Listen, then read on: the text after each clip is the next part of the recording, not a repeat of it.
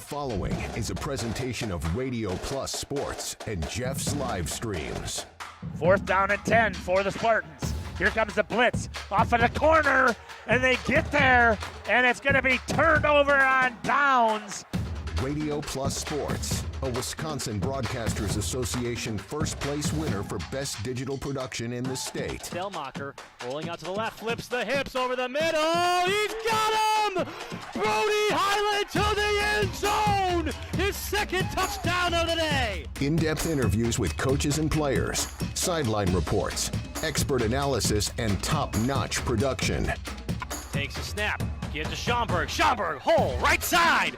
Sideline, touchdown! Radio Plus Sports, a Wisconsin Broadcasters Association multiple-year first-place winner for best play-by-play in the state. Armson back with a lone back, a man in motion, that's number 5, fakes the handoff, spins around, he's back in the packet, throws deep, he's got a man up top, and he catches it! He's still on his feet, number 18 going, the 10, the 5, touchdown Oaks! Our sponsors include Hoekstra's Greenhouse, Katie's Log Cabin, Generations Lanes, and Angling Only, PT Tire and Service, Pino Construction, Verhaeg's Furniture, Schaefer Auto, AirTech, Coal Oil and Propane, Witt Services, Pioneer Keg, Lidkey Lumber, Hoffs of Brownsville, Municipal Well and Pump, All Face Heating Cooling Geo, Back in Action, Brock Fleischer, Homestead Realty, Ergo Bank Lomira, Maxwell Plumbing, Metalcraft of Mayville, Michaels Corporation, Quest Interiors, Schroffnagel Implement, Skyline Roofing, Surefire Heating and Cooling, Westfall Printing and Graphics, Bristol Morgan Bank, Marshview Veterinary Clinic, Leroy Meats, Mayville Savings Bank, Bernard Plumbing, Keller Buildings. Let's go live to the Radio Plus Sports broadcast booth with Jeff's Livestream, providing game day coverage.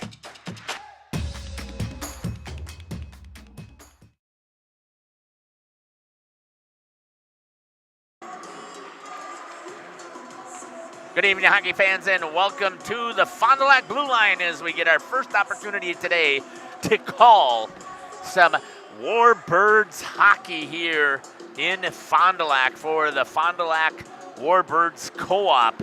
Again, a bunch of schools are joining part of this, but hockey is one of my favorite sports to call based on all the experience that I've had. So again, I hope that you're going to enjoy the broadcast. Joining me on the broadcast tonight is going to be Makai Ackerman, and running our spot camera is going to be Kaya, and we're pretty excited about the opportunity that we have here tonight to be able to stream this contest here. I did have a chance to talk to Coach Lindsey Lewison earlier in the season here as we got ready for our preseason stuff. And then we just haven't had an opportunity. Their first game that they had here in Fond du Lac was being played on Rink B, and Rink B does not work well for us here at Jeff's live stream here with the Wi-Fi. It seems to crash a lot on us, so we do not do that. But we're going to run a couple of ads here, and then we will come back here and we will talk about the opponents today in the Cap City Cougars. Again, you're listening to Jeff Sauer. Joining me is Makai Ackerman and Kaya. We'll be back after these messages here on Jeff's live stream in cooperation with Radio Plus.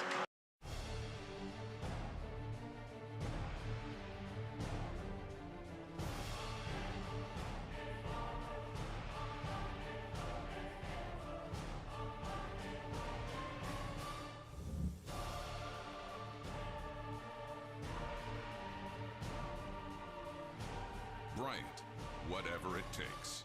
Trust AirTech Heating with all your home comfort needs. AirTech Heating, doing whatever it takes. Angling Only Guide Service with Captain Jeremy Brenner. Captain Jeremy Brenner here. We are the premier Lake Michigan salmon charter out of Sheboygan, Wisconsin. Each trip is 6 hours and includes fish cleaning. The cost is $400 per trip Fridays, Saturdays, and Sundays, and only $340 on weekdays for up to 6 people. I personally guarantee you will catch fish. The season runs June through Labor Day. Contact me at anglingonlyfishing@gmail.com to book today and check out my Facebook page, Captain Jeremy Brenner, Sheboygan Salmon. For over 120 years, Bristol Morgan Bank has served central Wisconsin communities. We're still here, not just as your financial partner, but as a community partner. Communities change over time. They grow, your business grows, your family priorities change. This is why, over the years, we've adapted to the needs of our customers, offering digital tools for convenience, scheduling in-person appointments where and when it works for you, designing products to impact your financial future, because that's what community banks do. Katie's Log Cabin is a great place to stop for lunch or dinner, grab one of the daily specials, or check out the full menu.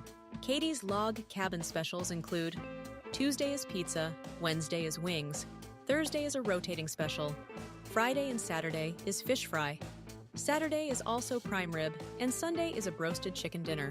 Not in the mood for a special?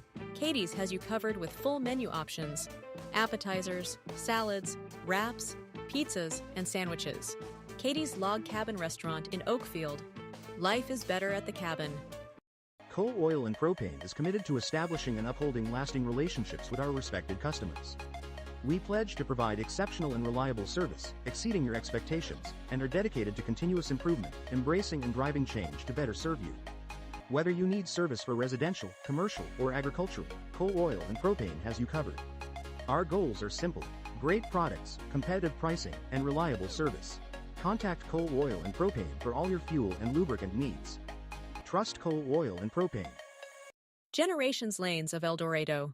Join one of our adult or kids leagues or bowl in our monthly Friday night tournament.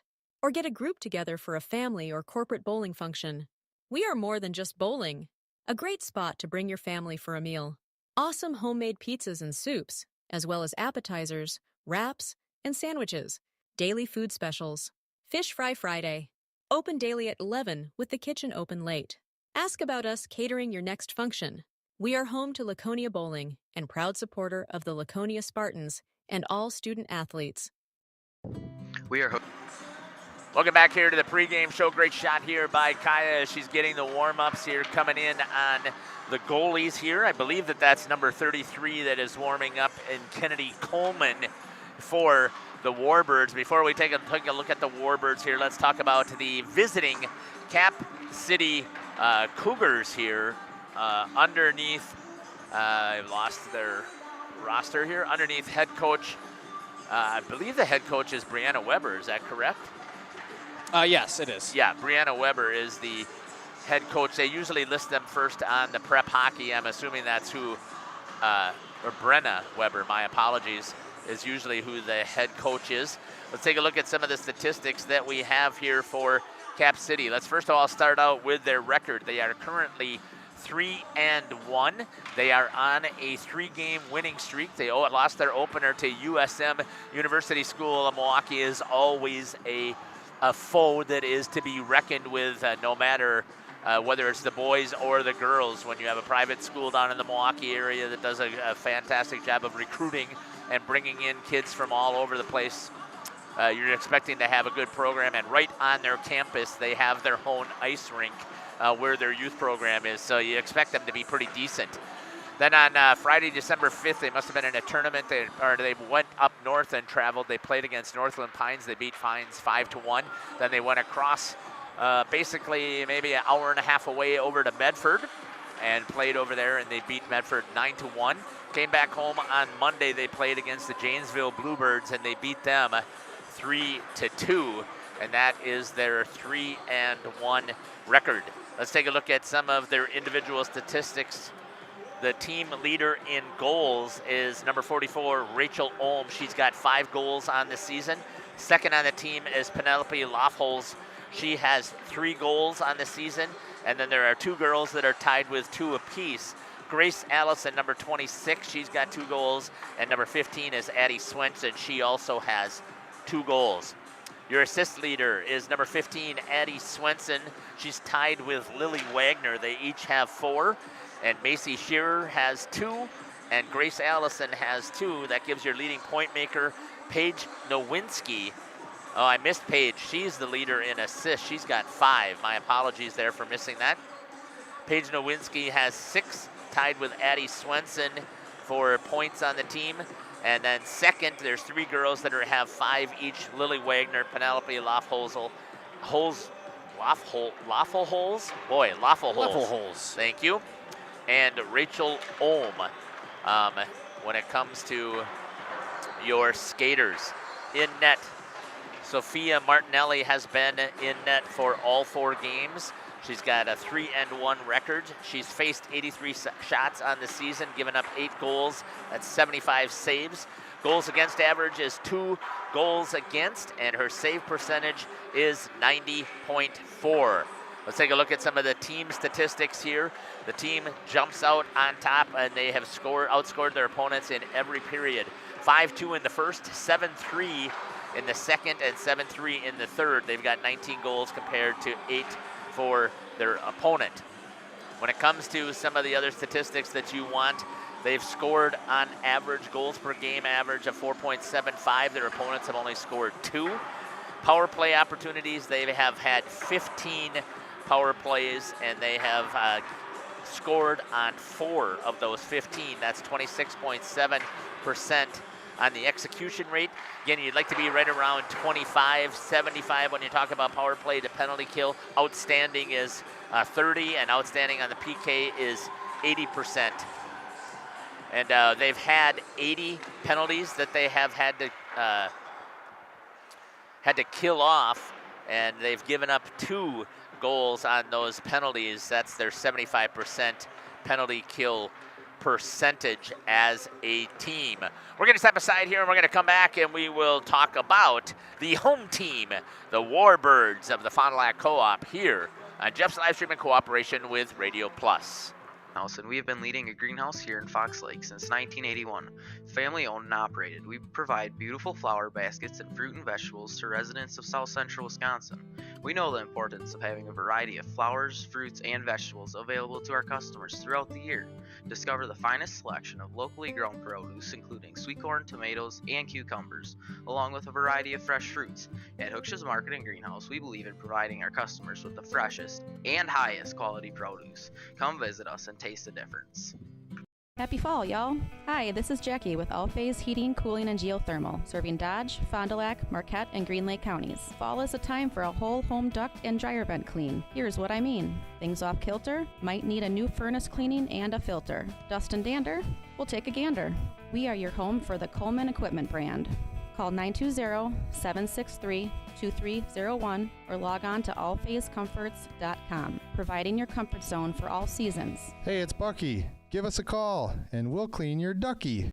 Thank you for your continued support over the past 50 years. At Verhaeg's Furniture Mart, we're honored to have been voted by you to be the best of the best mattress store in the Fond du Lac area for 2024. Our mission is to bring the best in bedding comfort, technology, and support to the Waupun area. We've partnered with top brands like Tempur-Pedic, Puffy, Scott Living, Sealy, and Nectar to offer you the ultimate sleep experience. Free delivery to Waupun and the surrounding area. See store for details. Come shop at Verhaeg's. Rediscover the hometown lumberyard experience in your own backyard. Hi, this is Dave, 3rd generation of the family-owned and operated Lidke Lumber True Value in downtown Lamira. I welcome you to experience what the hometown lumberyard has to offer. Better products, better advice, better service. From one O-ring to all the building materials to build a house, we had the products to get the job done. Hardware, plumbing, electrical, paint, lawn and garden, automotive, bird, and so much more. Come experience what your hometown lumberyard has to offer. Lidke Lumber True Value in downtown Lamira, where the tracks cross Main, or online at lidkelumber.com. Welcome to Hoff's Quality Meats and Catering, where every cut starts with tradition and cares for your family. Step inside to a display case filled with fresh, marbled beef and pork, farm-fresh chicken, and vibrant sausages. We are more than a meat market. Check out our catering menu, takeout menus, and even our fish fry. From family dinners to weeknight staples, Hoff's offers friendly service and local artistry you can taste.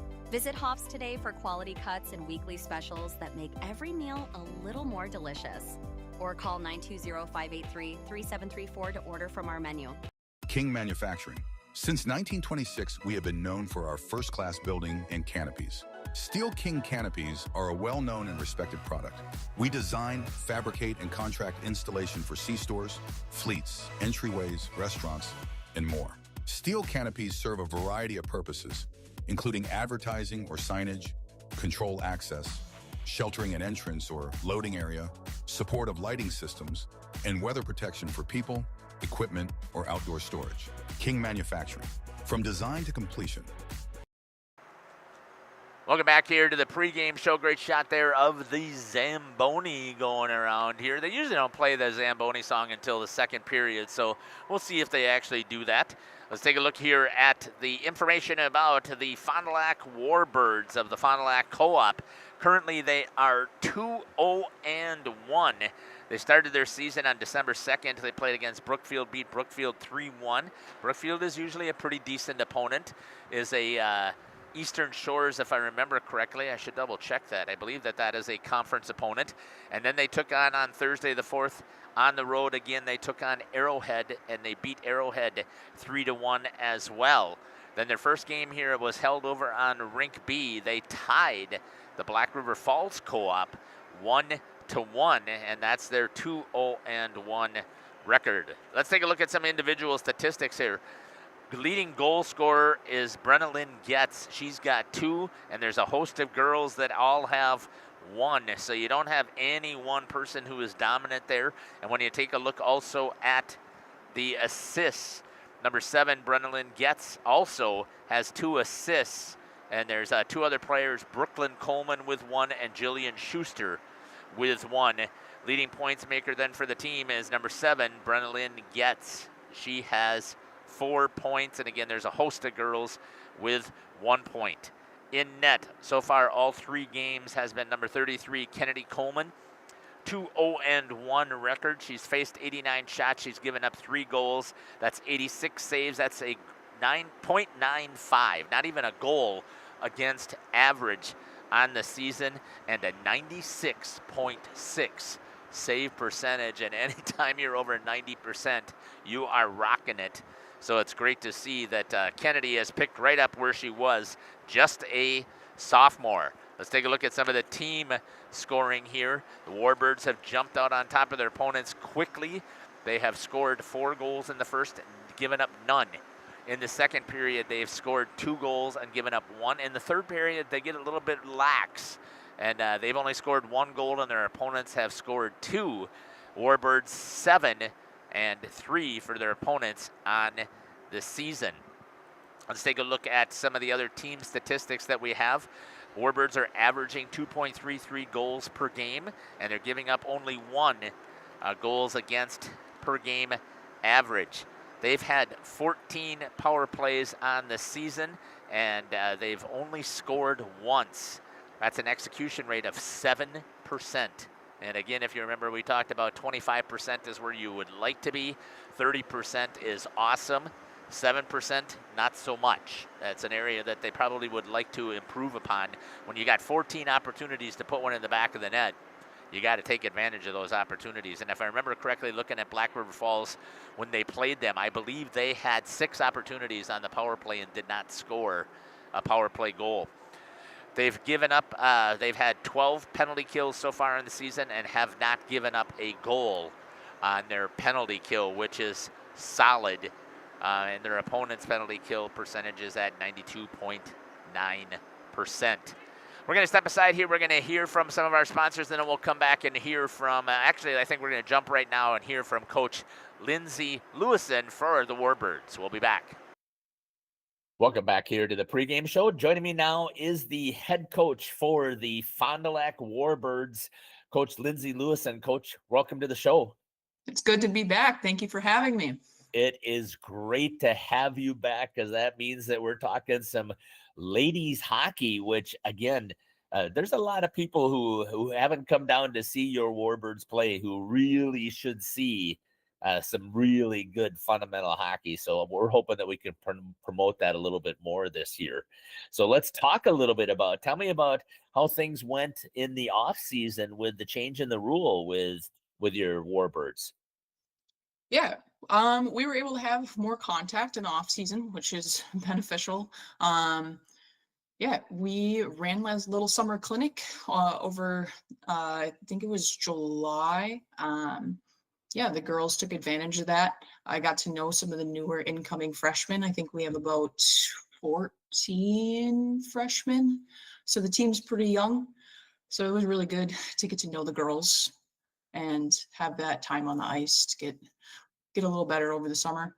Yeah, I would think that having that opportunity to build that camaraderie besides just the skating, uh, at least all of the times that I have coached lady sports, I mean, that's one of the things that really works, the cohesiveness that they build.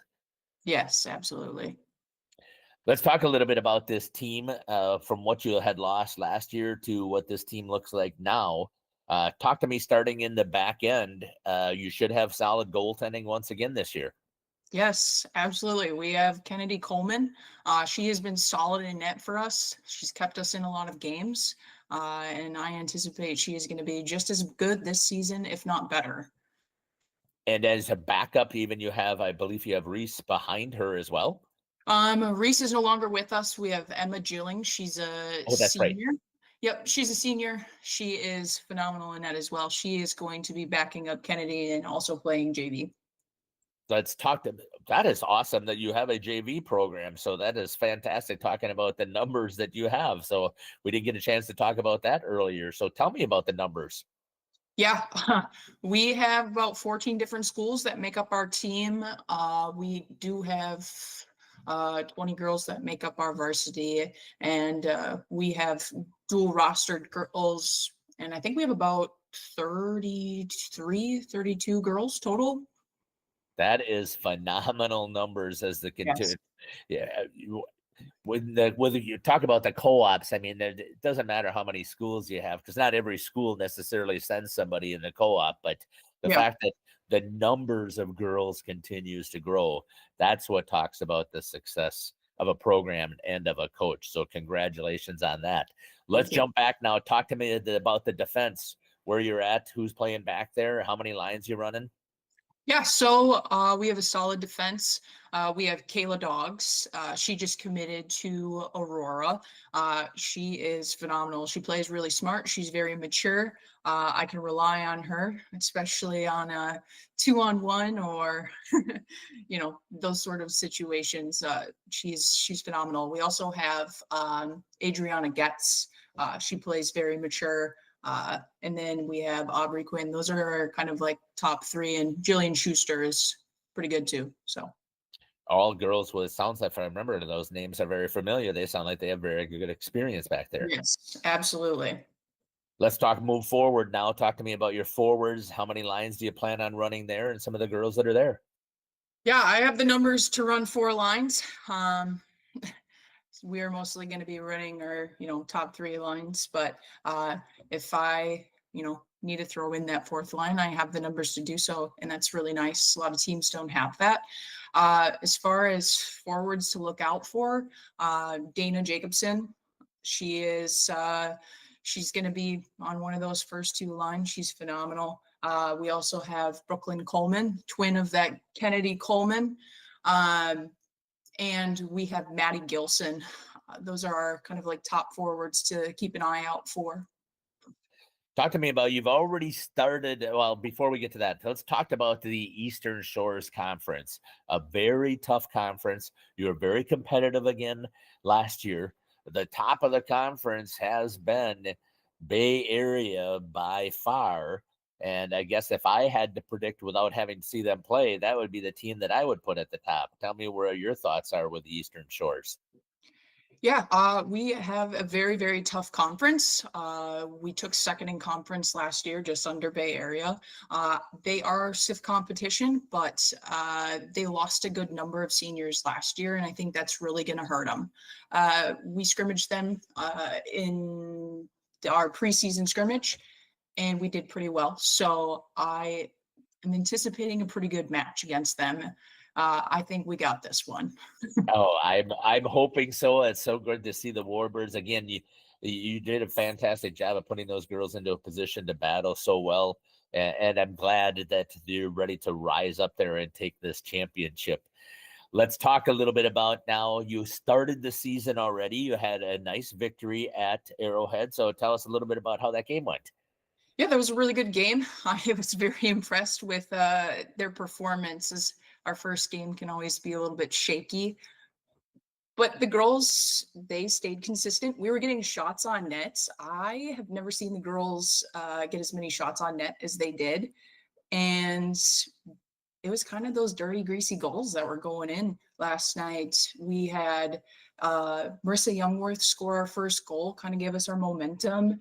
And then Brenalyn Getz, she's a freshman this year, got another dirty, greasy goal. And then Dana Jacobson capitalized on our power play. So it was really good. We were on power play for quite a bit, and that helped us out.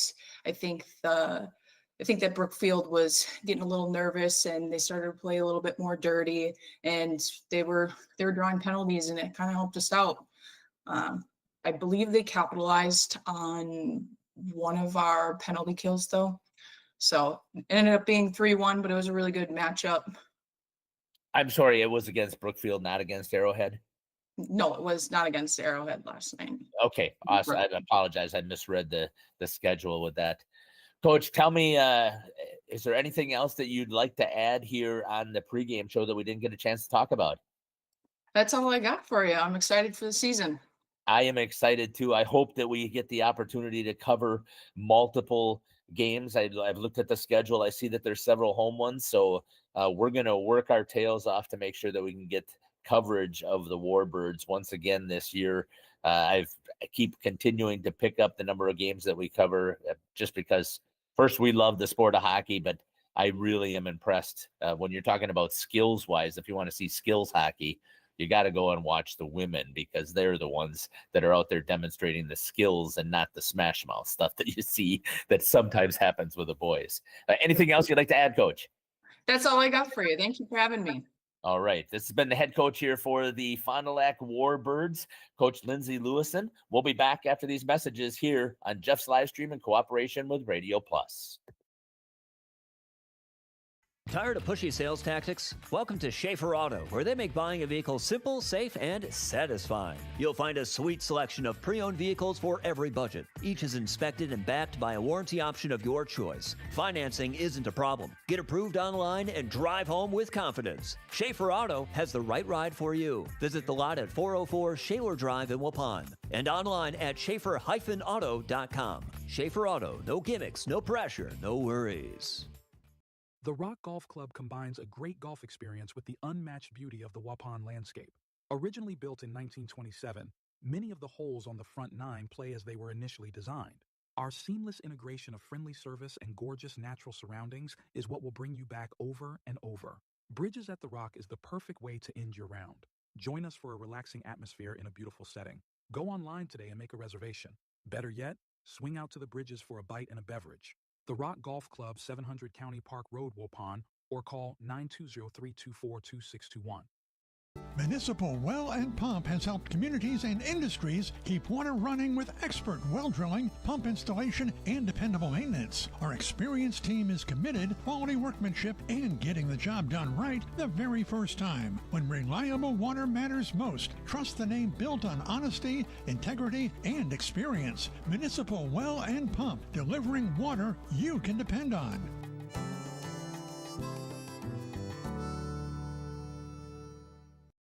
Planning a new building, whether it's commercial, ag, or residential, you need a building that will last. You need Pinot. Our experienced design build team will make your vision a reality. After all, we've been doing it for over 45 years. To start your next project, go to PinotBuildings.com and you'll learn about the Pinot difference. Pinot, built better for future generations.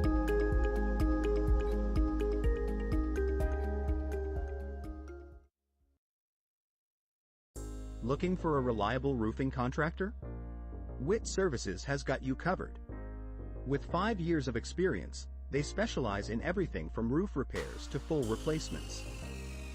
Their team is dedicated to quality workmanship and customer satisfaction. Plus, they offer free estimates, so you know exactly what to expect. Whether it's a leaky roof or a complete overhaul, WIT Services is the go-to choice for all roofing needs. Don't wait. Reach out today. Precision engineering. Rigorous attention to detail. A Bryant Evolution heating system is so well designed, it's as much of a joy to install as it is to use. Good to go. for the dealer nearest you. Visit Bryant.com. AirTech Heating, doing whatever it takes. For over 120 years, Bristol Morgan Bank has served central Wisconsin communities. We're still here, not just as your financial partner, but as a community partner.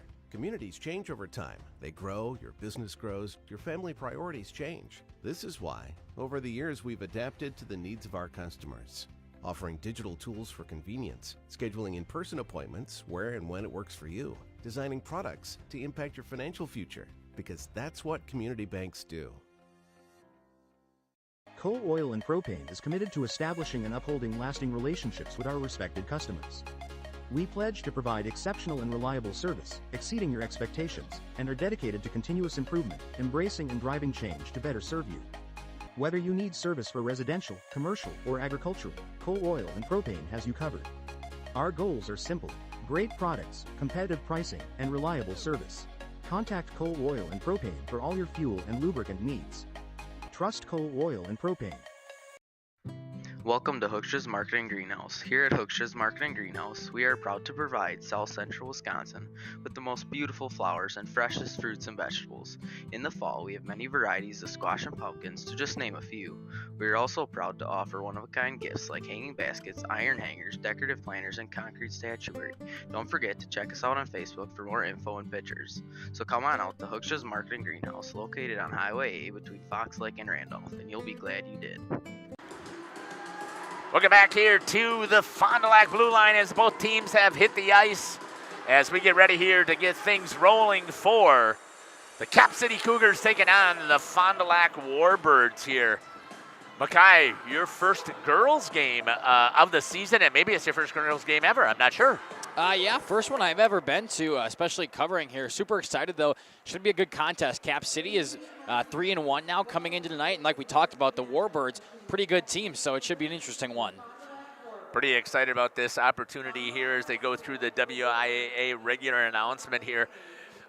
We went through some of the numbers there, Makai. What are you thinking that if you were Cap City, what do you think they need to take care of business today to be on the road here for a victory? Yeah, for Cap City to take care of business today, I think there's one specific thing. They got to get shots on net tonight. We talked about the incredible save percentage of Kennedy Coleman in net. 96% of the shots that are coming her way, she's saving. So the only way to break that, you just keep taking shots. Eventually, one's got to skate through, and it might be a close contest tonight, maybe 1-0 victory. But if the Cap City Cougars tonight can pull it out, they'll have to take a ton of shots to get there. And here goes the starting lineup here for the Cap City Cougars. At forward, number 11 is Lily Wagner.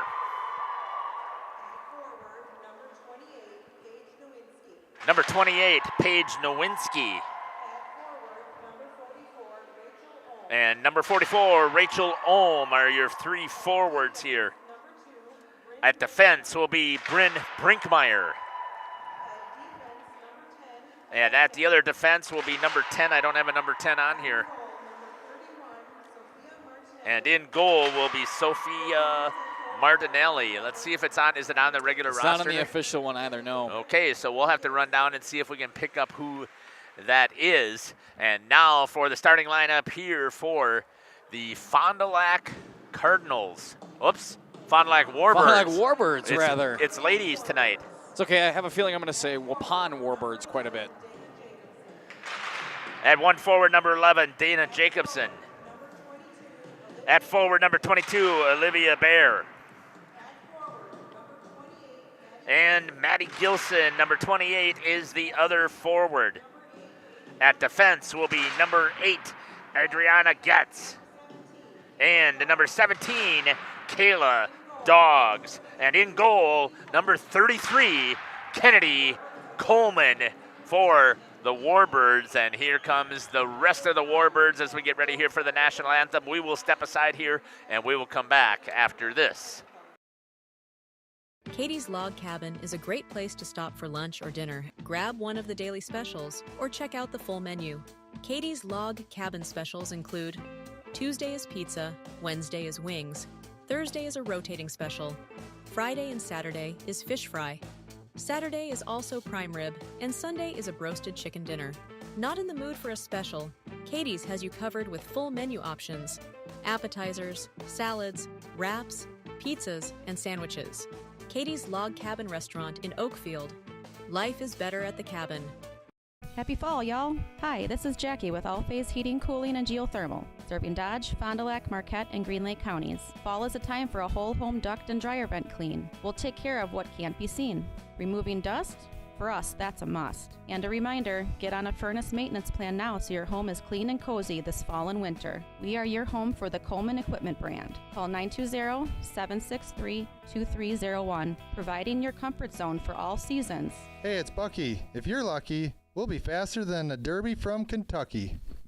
Thank you for your continued support over the past 50 years. At Verhaeg's Furniture, we're honored to be voted by you to be one of the best mattress stores in the Fond du Lac area for 2024. Our mission is to bring the finest in style, comfort, and quality to the Waupun area. We've teamed up with amazing brands like Ashley, Lazy Boy, Bestcraft, Marshfield, Best Home Furnishings, Mega Motion to offer you the best selection around. Free delivery to Waupun and the surrounding area. See store for details. Make your home a place you truly love with Verhaeg's Furniture Mart. Welcome to Hoff's Quality Meats and Catering, where every...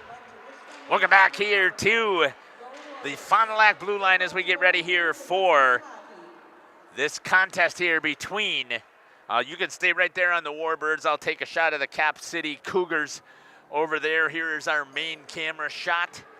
And we'll switch it over here. Kaya has our zoom cam, which is a nice shot there as well as we get ready to get the action started here from the Fond du Lac Blue Line. The first time the ladies are on rink A as well.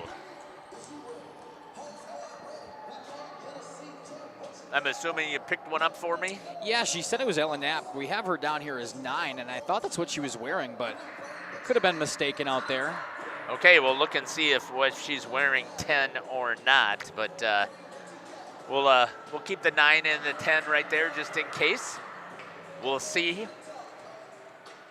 They don't always necessarily start the same ones that they announced, just because it depends on how they match lines, but we'll see. I was going to I do have an Ellen Knapp out there for 9. Number 9, yep. That is her, so. Yep, so we're going to Could stay have with just that. It wrong. That's all right. Happens. Here we go, and both of the teams did decide to keep their starting lineups out there. Let's get this thing rolling here. And the Warbirds win it. They have it in the neutral zone. Gives it over to Jacobson. She'll drop that thing in. Tries to get it across the ice. Right in front. Down below the goal line. Picked up there by Bear. Cap City takes possession in their defensive zone. Trying to clear it out. Finally, they get it into the neutral zone. Being hounded there by Jacobson. Drops down below Kennedy Coleman. Picked up there by Getz. Number 8, Adriana Getz. You got Brenda Lynn also as part of this team. Stepping up and holding it inside the zone. Taken away there is number 28, Maddie Gilson. Comes all the way back out into the neutral zone for the Warbirds. Skating with it is number 22, Olivia Bear. Cross ice pass. Picked up by Cap City. Tried to get it into the center of the ice. Nothing doing. Cap City takes a hold of it. Puts it into the neutral zone. Trying to get there with speed. Taken away there by number 6, Aubrey Quinn. Both go into the boards. Picked up there by number 5 for the Warbirds in Brooklyn Coleman. Reverses directions. Gets it over to Brennan Getz. Into the neutral zone. Coming into the zone. That'll be offsides. They got to go back and tag up. And they do. Wide pass over here to Youngworth. Youngworth drops it down low, goes into chase on the forecheck. Gets it down to the bottom of the goal line, rimmed around by Cap City. Good chip off of the board there for the Cougars. Coming back with it looks like that is number 22, I believe that is. That's Rosanna Mohan. And we get a whistle for, I believe that's going to be an offsides. No, it's going to be an icing. Yep, thank you. I didn't see if she dropped it from the red line or not. Yep. See if I got the instant replay set up here. We're going to an offensive zone draw here for the Warbirds. Looking to capitalize early. Puck goes back. Kind of whiffed on it up by the blue line. Now the the Cougars are fighting for it with the Warbirds. In the neutral zone, they've got numbers 2-on-1 coming back in on the back check. And a good job there taking the puck away. Again, I can't see the number here when you have the hair. Save there for Kennedy Coleman on the shot. Ella Knapp working down low right now for the Cougars, trying to get it back up to the point, nearly taken away by the Warbirds, and now they get it back to neutral ice. Speed coming through the neutral zone, gets it in, drops it down. They're going to go for a change. Going in on the forecheck will be Averill Quinn. Loses an edge over there. Picked up by Cap City. That's going to be number 20, Miley Gross. Trying to get it out of the zone for Cap City. Good hold there by Bear. Taken away. Good move inside for the Warbirds, and a great defensive stick by Cap City to stop the attack by number 11, Dana Jacobson. Warbirds take it all the way back in their defensive zone, swing it across the ice, working it up. That's going to be Jillian Schuster. Turns it over, picked up there by number 55, Mackenzie Flieger. Looks, brings it out to her defense. That's number 16, Macy Dull. Chip towards the net. Grabbed there by number 6, Aubrey Quinn for the Warbirds. Down by the dots, still. Attack pressure coming here by Cap City. On the defensive attack is Aubrey Quinn. Shot by the defenseman off the side of the net. Comes all the way back out again. Macy Dull will take the shot one more time, misses wide. Goes into the corner. Warbirds trying to clear it out. Back, dumped in towards the net by number 4. I don't have a 4. All over the place with these rosters. Okay. Coming with it, skating. Shot towards the net and a grab right there for the save will be Sophia Martinelli.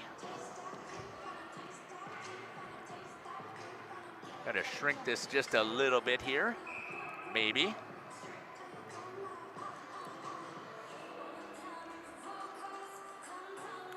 Face-off down in the offensive zone for the Warbirds. Won by Cap City. Going to reverse it. Takes it up against the boards. Trying to get it out. Held there by Kayla Doggs. Chipped off of the stick over the top of the net by Rosanna Mohan. Putting pressures. Lily Wagner, the forward, trying to get it out for Cap City. Right on the stick. Cross-ice pass by the captain. Right on to number 44. That'll be Rachel Ohm. Taken away by the Warbirds. Back into the neutral zone once again. Still feeling each other out with a little bit of pressure. Number 28, Paige Nowinski. Drops it in for Cap City. Trying to clear for the Warbirds. That being icing, that's going to go all the way down. No, they're going to say it could have been played, so that's why it was waved off. As they said, the defenseman did not make an effort. Held into the zone, right into the mid-slot. Chipped away, taken there by the captain, number 11, Lily Wagner. Cap City underneath the stick, picked up there by Knapp. Dropped in low, going for a change. Hustle play here by the Warbirds, picked up there by number 15, Ainsley Bonnert. I believe that's who that was because I don't have a 25 on my roster. Rubbing each other up against the boards. Shot walking in. Good Joss ice pass, missed there. As the net gets slid off, I don't have any idea how she missed. It was wide open. Wow. Yeah, set it up perfectly. Just kind of slow walked it down there from Penelope Leffelholz. Passed it down to the other side, had a wide open look at it, but not necessarily sure if she hit the outside of the net or if it was a good save down there by Coleman. Nonetheless, still staying 0-0 after a good chance there. Skips over into the blue line, held by number 2, Bryn Brinkmeyer. Oh, they normally keep track of the shots. They may put them up at the end of the period for us, but we should be able to get that information. Got it all the way down, right on the stick of number 28, Maddie Gilson.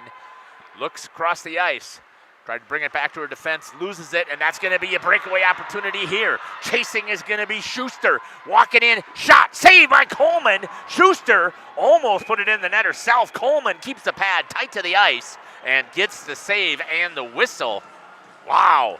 Scary Almost one. scored on herself. Yeah, scary one there for the Warbirds. Just a turnover in their own offensive zone. And coming down hot on it were the Cougars there. They had a great chance, just couldn't put it in. A nice save by Coleman, and then she had to kind of rebound there after putting an own goal almost. Back here to main live action. Picked up there, that's Marissa Youngsworth. Got it over to Coleman. Brendan Lynn shot, and the goalie is going to get on top of it, and Martinelli, and she's going to get a save.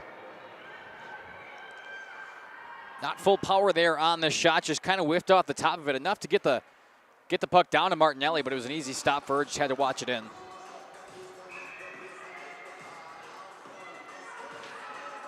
Another face-off draw here, one. Cougars come out of it.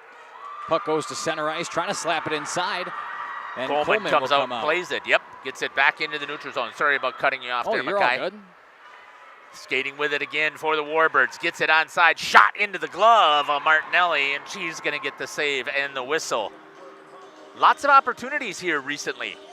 Yeah, both teams putting shots on goal. It's exactly what they both need to do. But Martinelli, we talked about Coleman, but Martinelli's had a season of her own. Very good in net so far for the Cougars.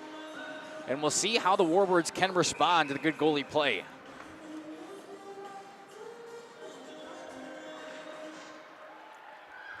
Fourth offensive zone draw for the Warbirds already, Jeff. Yeah, exactly, and they've done a nice job. Again, that's talking about putting shots on net and getting the whistle down there. Stepping up, just rubbing each other. That's Paige Knuth.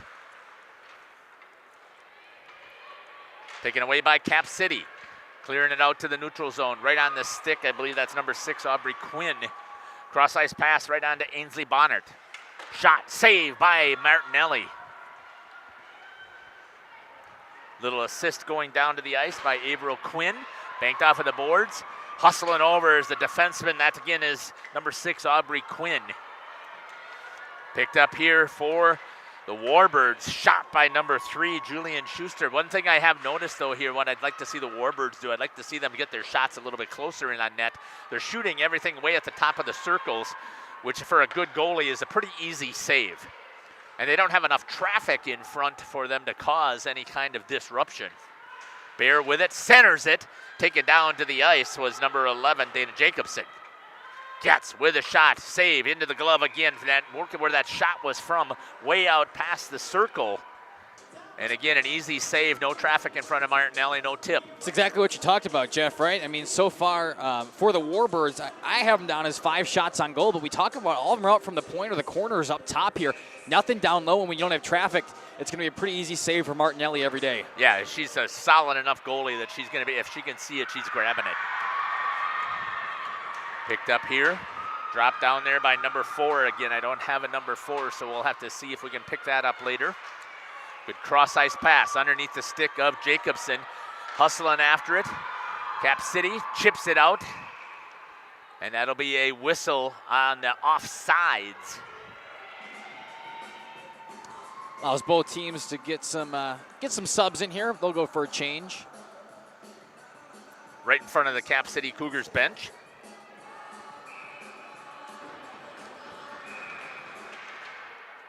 Whistle. That one comes from the demo mode. So if you want to find that, I'll stay on the main. That's in the setup area.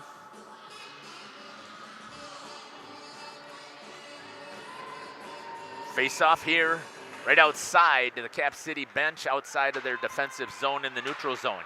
Dropped in there by Kayla Doggs, wearing one of the C's for the Warbirds. Up against the boards, holding it. That's number 7, Brunelli Getz.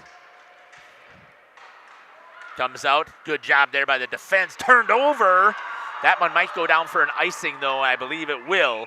And we'll get a face-off coming back down this direction. Ooh, could have been another scary one for the Warbirds there, just trying to get the puck up to the point, ended up forcing a turnover. Good thing the velocity on that puck was too much for any of the Cougars to catch up with, otherwise it would have been another breakaway and a hard save for Coleman.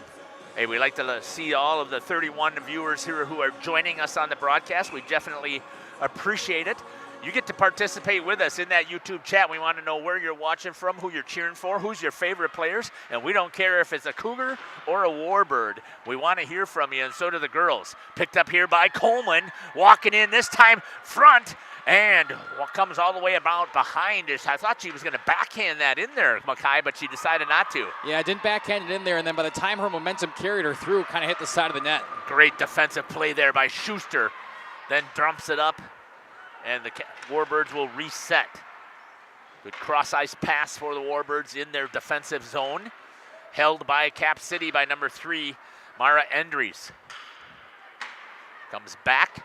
One of the things also that a lot of these teams are not used to, a backhand, good kick save, puck comes out, and a good save there with the pad as the net was off, so it probably wouldn't have counted anyways. Yeah, both sides. Now we've seen that net just come off. A nice shot. I mean, the defense was kind of lacking there for Cap City originally, which allowed the Warbird to get the shot on net, and then the rebound came a little too late. Wouldn't have counted, like you said, Jeff. That whistle was blown before it. Good shot here by Kaya on the faceoff. Won by the Warbirds. Stepping up as Kayla Dogs. Rims it back around, down to the goal line. Picked up there, I believe that's number 24, Paige Knuth. Warbirds with it out in front. They had what they wanted. At the top again, Kayla Dogs rips one. Goes a little bit wide. Really only one good quality chance that has been down low. Good hold right there by number 8, Adriana Getz. Shot again all the way up at top. A little bit more traffic, though, in front of Martinelli. As I'm guessing that Coach Lewison talked to the girls and said, it's okay to keep shooting here, but we got to get some traffic in front.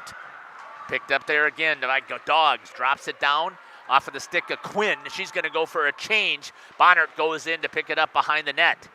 Cap City, good job there by Bonnert to battle. Cap City with possession down below the goal line, trying to break it out. Gets it into the neutral zone, and hustling back to pick it up is going to be number 22, Olivia Bear. Taken away by Cap City, and another takeaway there, this time by Getz. They've got numbers if they hustle. Underneath the stick, oh, and the goalie plays it. That would have been an icing, I believe, unless he waved it off. Because I could hear the official, but I wasn't sure what he was saying. I believe he said it was tipped, so it wouldn't have been an icing. Comes back out. Getz hold it into the zone. Shot towards the net. Traffic. Boy, Ella Knapp is a big lady out there. Tall, I should say. Yes. Definitely got some height and can really help you down there on the ice. She'll go for a change now. We got a whole new line coming in for Cap City. Sorry, I'll have to adjust the clock here. That's my apologies here as we shifted the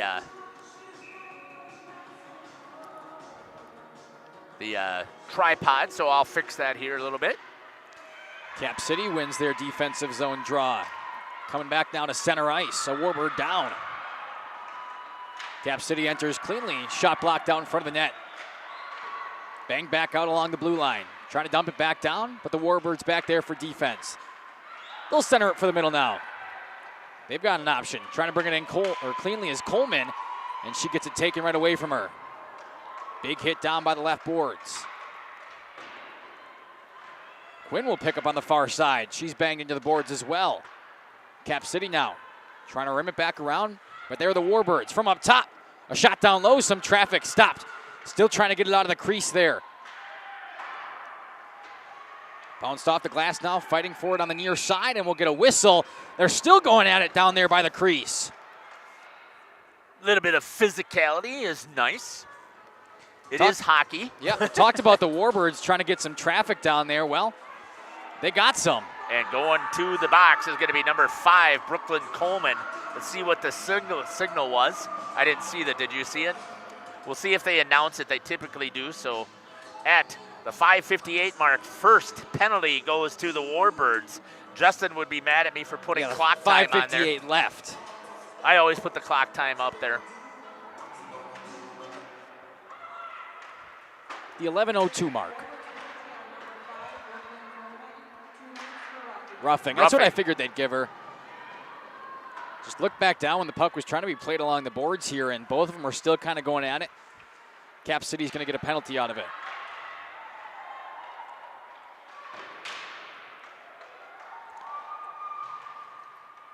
See if they can set something up. A minute and a half remaining in the power play now, and the Warbirds just able to maintain their offensive zone. We've talked about this before. They had a very solid penalty kill at not giving up a single goal on the power play.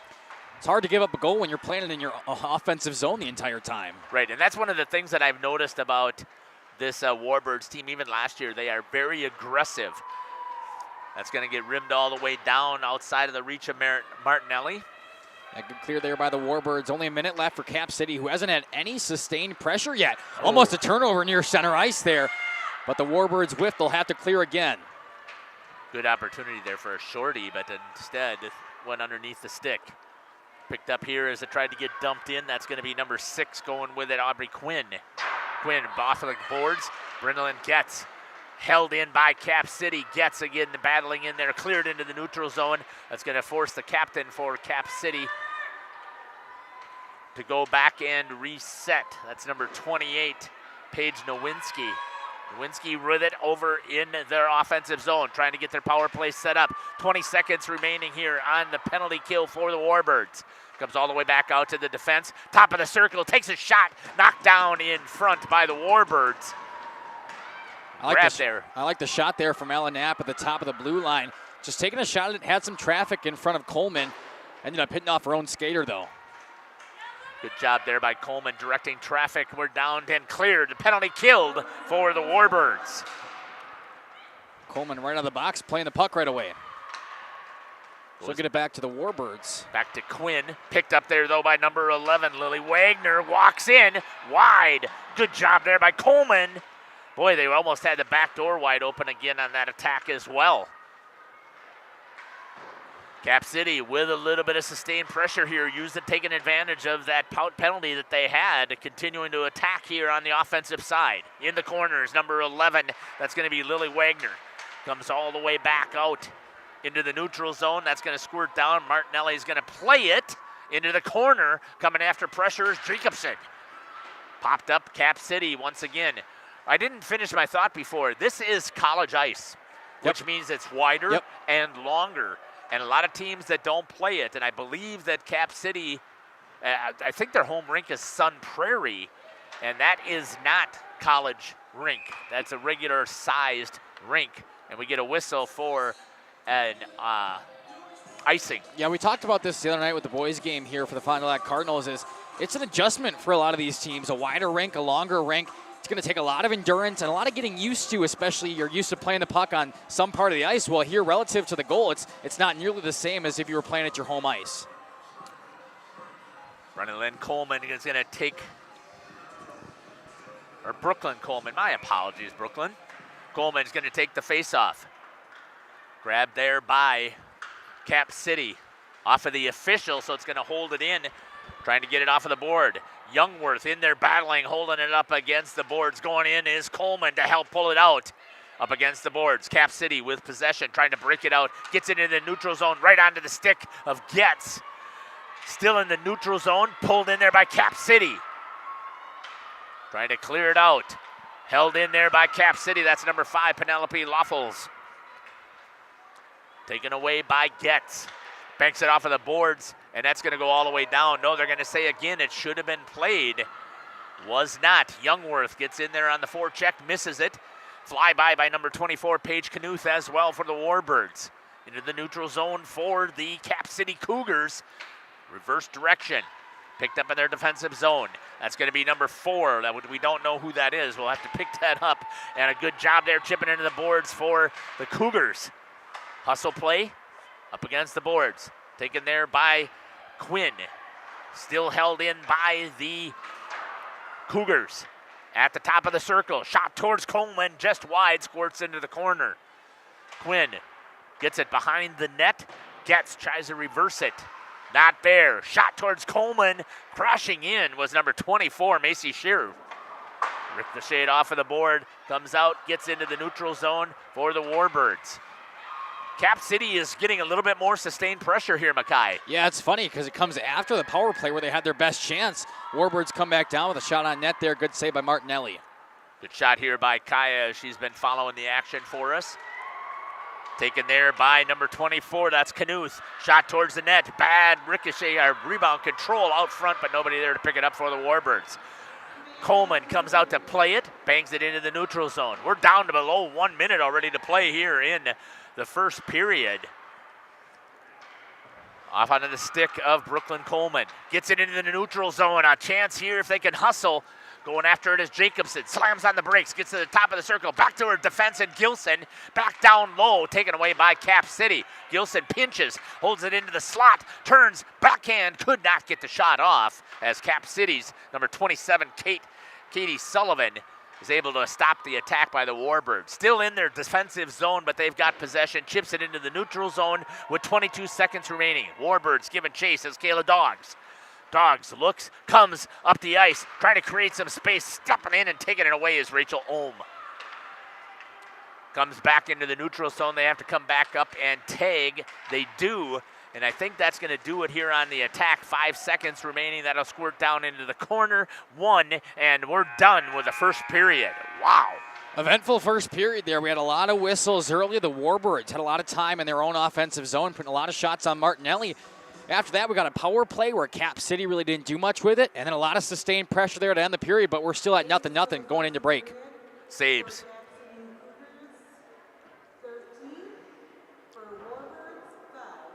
Five saves for Kennedy Coleman, and Sophie Martinelli with 13 saves. And that seems about right, Mackay, if we were talking about That's exactly what we saw. talked about. We had a lot early there, and even towards the end of the period, the Warbirds were still finding ways to put shots on net. Problem was, they're all from up top. They had a couple of quality chances, but only a couple down there, like I said. So it should be interesting to see what they talk about during the locker room, but obviously we'll save that, take a break, hear from some ads. And we will hear from some of our sponsors. You're listening to Jeff Sauer along with Mackay Ackerman, Kaya here on our spot camera.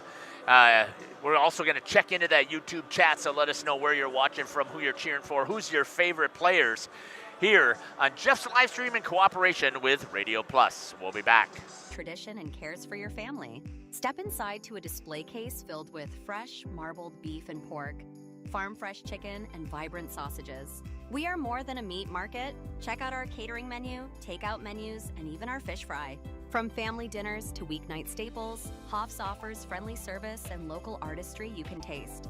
Visit Hoff's today for quality cuts and weekly specials that make every meal a little more delicious. Or call 920-583-3734 to order from our menu. King Manufacturing. Since 1926, we have been known for our first-class buildings and canopies. In fact, there are thousands of them in use across America and in the Caribbean. We have also produced and developed many other steel products for use in retail, commercial, and industrial applications, such as building fascia, loading racks, wall panel systems, and much more. Our design record attests to our dedication to quality and customer satisfaction. King Manufacturing, from design to completion. Tired of pushy sales tactics? Welcome to Schaefer Auto, where they make buying a vehicle simple, safe, and satisfying. You'll find a sweet selection of pre-owned vehicles for every budget. Each is inspected and backed by a warranty option of your choice. Financing isn't a problem. Get approved online and drive home with confidence. Schaefer Auto has the right ride for you. Visit the lot at 404 Shaler Drive in Waupun and online at schaefer-auto.com. Schaefer Auto, no gimmicks, no pressure, no worries. Rediscover the hometown lumberyard experience in your own backyard. Hi, this is Dave, third generation of the family-owned and operated Lidke Lumber True Value in downtown Lomira. I welcome you to experience what the hometown lumberyard has to offer. Better products, better advice, better service. From one old ring to all the building materials to build a house, we had the products to get the job done. Hardware, plumbing, electrical, paint, lawn and garden, automotive, bird, and so much more. Come experience what your hometown lumberyard has to offer. Lidke Lumber True Value in downtown Lomira, where the tracks cross Main, or online at lidkelumber.com. When you're not watching games on Radio Plus or Jeff's live streams, find the latest scores and top performers from the Flyway Conference by following Flyway Focus on Facebook, Instagram, and X, and stay up to date with the latest conference news every morning with the Flyway Focus Sports Report on YouTube or Spotify. Municipal Well and Pump has helped communities and industries keep water running with expert well drilling, pump installation, and dependable maintenance. Our experienced team is committed, quality workmanship, and getting the job done right the very first time. When reliable water matters most, trust the name built on honesty, integrity, and experience. Municipal Well and Pump, delivering water you can depend on.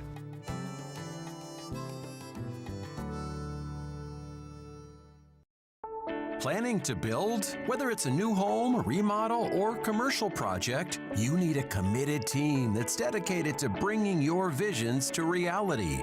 You need Pinot. After all, we've been doing it for over 45 years. To start your next project, go to www.rapinno.com and you'll learn about the Pinot difference. Pinot, build better for future generations. Looking for a reliable roofing contractor? WIT Services has got you covered. With 5 years of experience, they specialize in everything from roof repairs to full replacements. Their team is dedicated to quality workmanship and customer satisfaction. Plus, they offer free estimates, so you know exactly what to expect. Whether it's a leaky roof or a complete overhaul, WIT Services is the go-to choice for all roofing needs. Don't wait. Reach out today.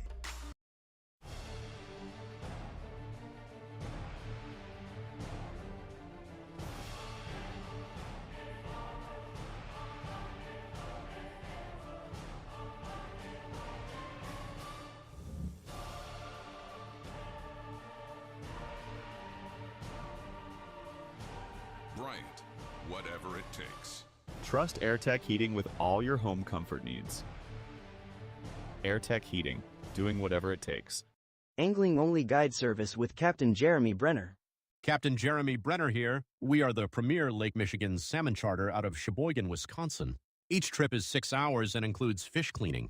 The cost is $400 per trip Fridays, Saturdays, and Sundays, and only $340 on weekdays for up to 6 people. I personally guarantee you will catch fish. The season runs June through Labor Day. Contact me at anglingonlyfishing@gmail.com to book today and check out my Facebook page, Captain Jeremy Brenner, Sheboygan Salmon. For over 120 years, Bristol Morgan Bank has served central Wisconsin communities. We're still here, not just as your financial partner, but as a community partner. Communities change over time. They grow, your business grows, your family priorities change. This is why, over the years, we've adapted to the needs of our customers, offering digital tools for convenience, scheduling in-person appointments where and when it works for you, designing products to impact your financial future, because that's what community banks do. Coal Oil and Propane is committed to establishing and upholding lasting relationships with our respected customers. We pledge to provide exceptional and reliable service, exceeding your expectations, and are dedicated to continuous improvement, embracing and driving change to better serve you. Whether you need service for residential, commercial, or agricultural, Coal Oil and Propane has you covered. Our goals are simple: great products, competitive pricing, and reliable service. Contact Coal Oil and Propane for all your fuel and lubricant needs. Trust Coal Oil and Propane. Welcome back here to the Fond du Lac Blue Line. We are in the first intermission. I'll have Mackay change that when he has the opportunity there, only because I only notice it because I can actually see it. So otherwise, I wouldn't even noticed. Let's talk about how things happen here in this first period for the Warbirds of Fond du Lac. 13 shots on net, 13 for 13 on saves for Sophia Martinelli so far. And again, Mackay, we talked a little bit about this. Tell me what your thoughts were on the offensive attack here for the Warbirds. Yeah, I mean, positives to look at for the Warbirds. They had a lot of time in their zone, right? They were finding ways to force turnovers down in their defensive zone when they were down there and battled through neutral ice into their zone. Problem was all those shots were coming up from way high towards the blue line by the point, and when it's one-on-one, you know, Martinelli's just staring you down. You know you're gonna shoot from all the way out by the blue line. It's gonna go into her glove 10 out of 10 times, right? And that's exactly what we saw for most of those shots. Out of the 13, I would say probably around 10 or 11 of them would be from way far out. They did have a couple of quality chances down low or some screen in front of Martinelli where then things can get going. You know, a puck bounces the wrong way. She can't really see it, and it just ends up sliding right past her. Not a lot of those shots, so if you're the Warbirds coming into the second period, I think this locker room talk right now is, hey, I love the fact that we've been spending a ton of time in our offensive zone, but we need to either A, screen more down by the goalie, B, create some more shots down low, maybe centering passes towards the slot, or C, do a little bit of both. Move the puck, make Martinelli move, and try to have to cover is what needs to happen, I think, down there as well. Let's talk about the attacks that they had. The only thing that we had for the Warbirds, they did have a penalty on number 5, Brooklyn Coleman, at the 5:58 on the clock. So yes, 11:02 on at the 11:02 mark in the first right? period. So when you say 11:02, most people who are not hockey aficionados think, "Oh, wow, that was pretty early in the period." No, it was not.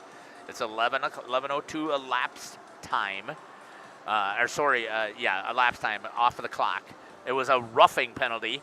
I believe there probably was 2, maybe 3 shots that came on net at that time, but they have only had 5 shots on Kennedy Coleman.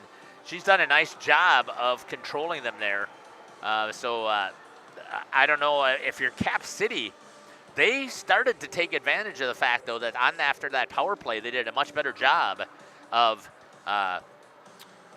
being on the aggressor, keeping it in the offensive zone. Let's put it that way. Yeah, I know they only have 5 shots on goal in that first period compared to the Warbirds' 13, but I think they have the best shot on goal. They had the breakaway early in that first period there where I thought they could possibly get up to a 1-0 lead and kind of just squandered it. It was a nice save by Coleman down low. She also had kind of a back check coming from one of the Warbirds, which kind of stifled their approach down there, but had some solid opportunities. And then towards the middle of the period, it was like, okay, a lot of time in their defensive zone. They've got to get something going. We talked about the power play where maybe they had a few shots, but after that, you really saw that sustained pressure. And I think something clicked inside the heads of the Cap City Cougars down there. They finally figured out how to keep it down in their own offensive zone. And if they come out with that same level of aggression here, that same level of play in the second period, it could totally flip things on its head. The one thing that they do have to pay attention to here is they do have the longer shots. I don't know what is happening with that camera here. I'll have to see if I can watch what happens here, but it goes to that, flips that once again. So I'll have you go back to the menu. Let's see what's happening here to the setup, and we'll change that out. We're going to step aside here. The one thing I did, let me finish this thought here. It is the longer change. So now that they are flip-flopping ends of the ice, you do have the longer change, and when you have to come all the way across, and it's only a couple of feet, but you have a couple of feet that you're not used to, and you don't keep your speed up, this is where people get caught in that long change. We're going to step aside here. We got 1 minute. We'll hear from some of our sponsors, and then we'll be back here on Jeff's Livestream in cooperation with Radio Plus. Generations Lanes of El Dorado. Join one of our adult or kids leagues or bowl in our monthly Friday night tournament. Or get a group together for a family or corporate bowling function. We are more than just bowling. A great spot to bring your family for a meal. Awesome homemade pizzas and soups, as well as appetizers, wraps, and sandwiches. Daily food specials. Fish Fry Friday. Open daily at 11 with the kitchen open late. Ask about us catering your next function.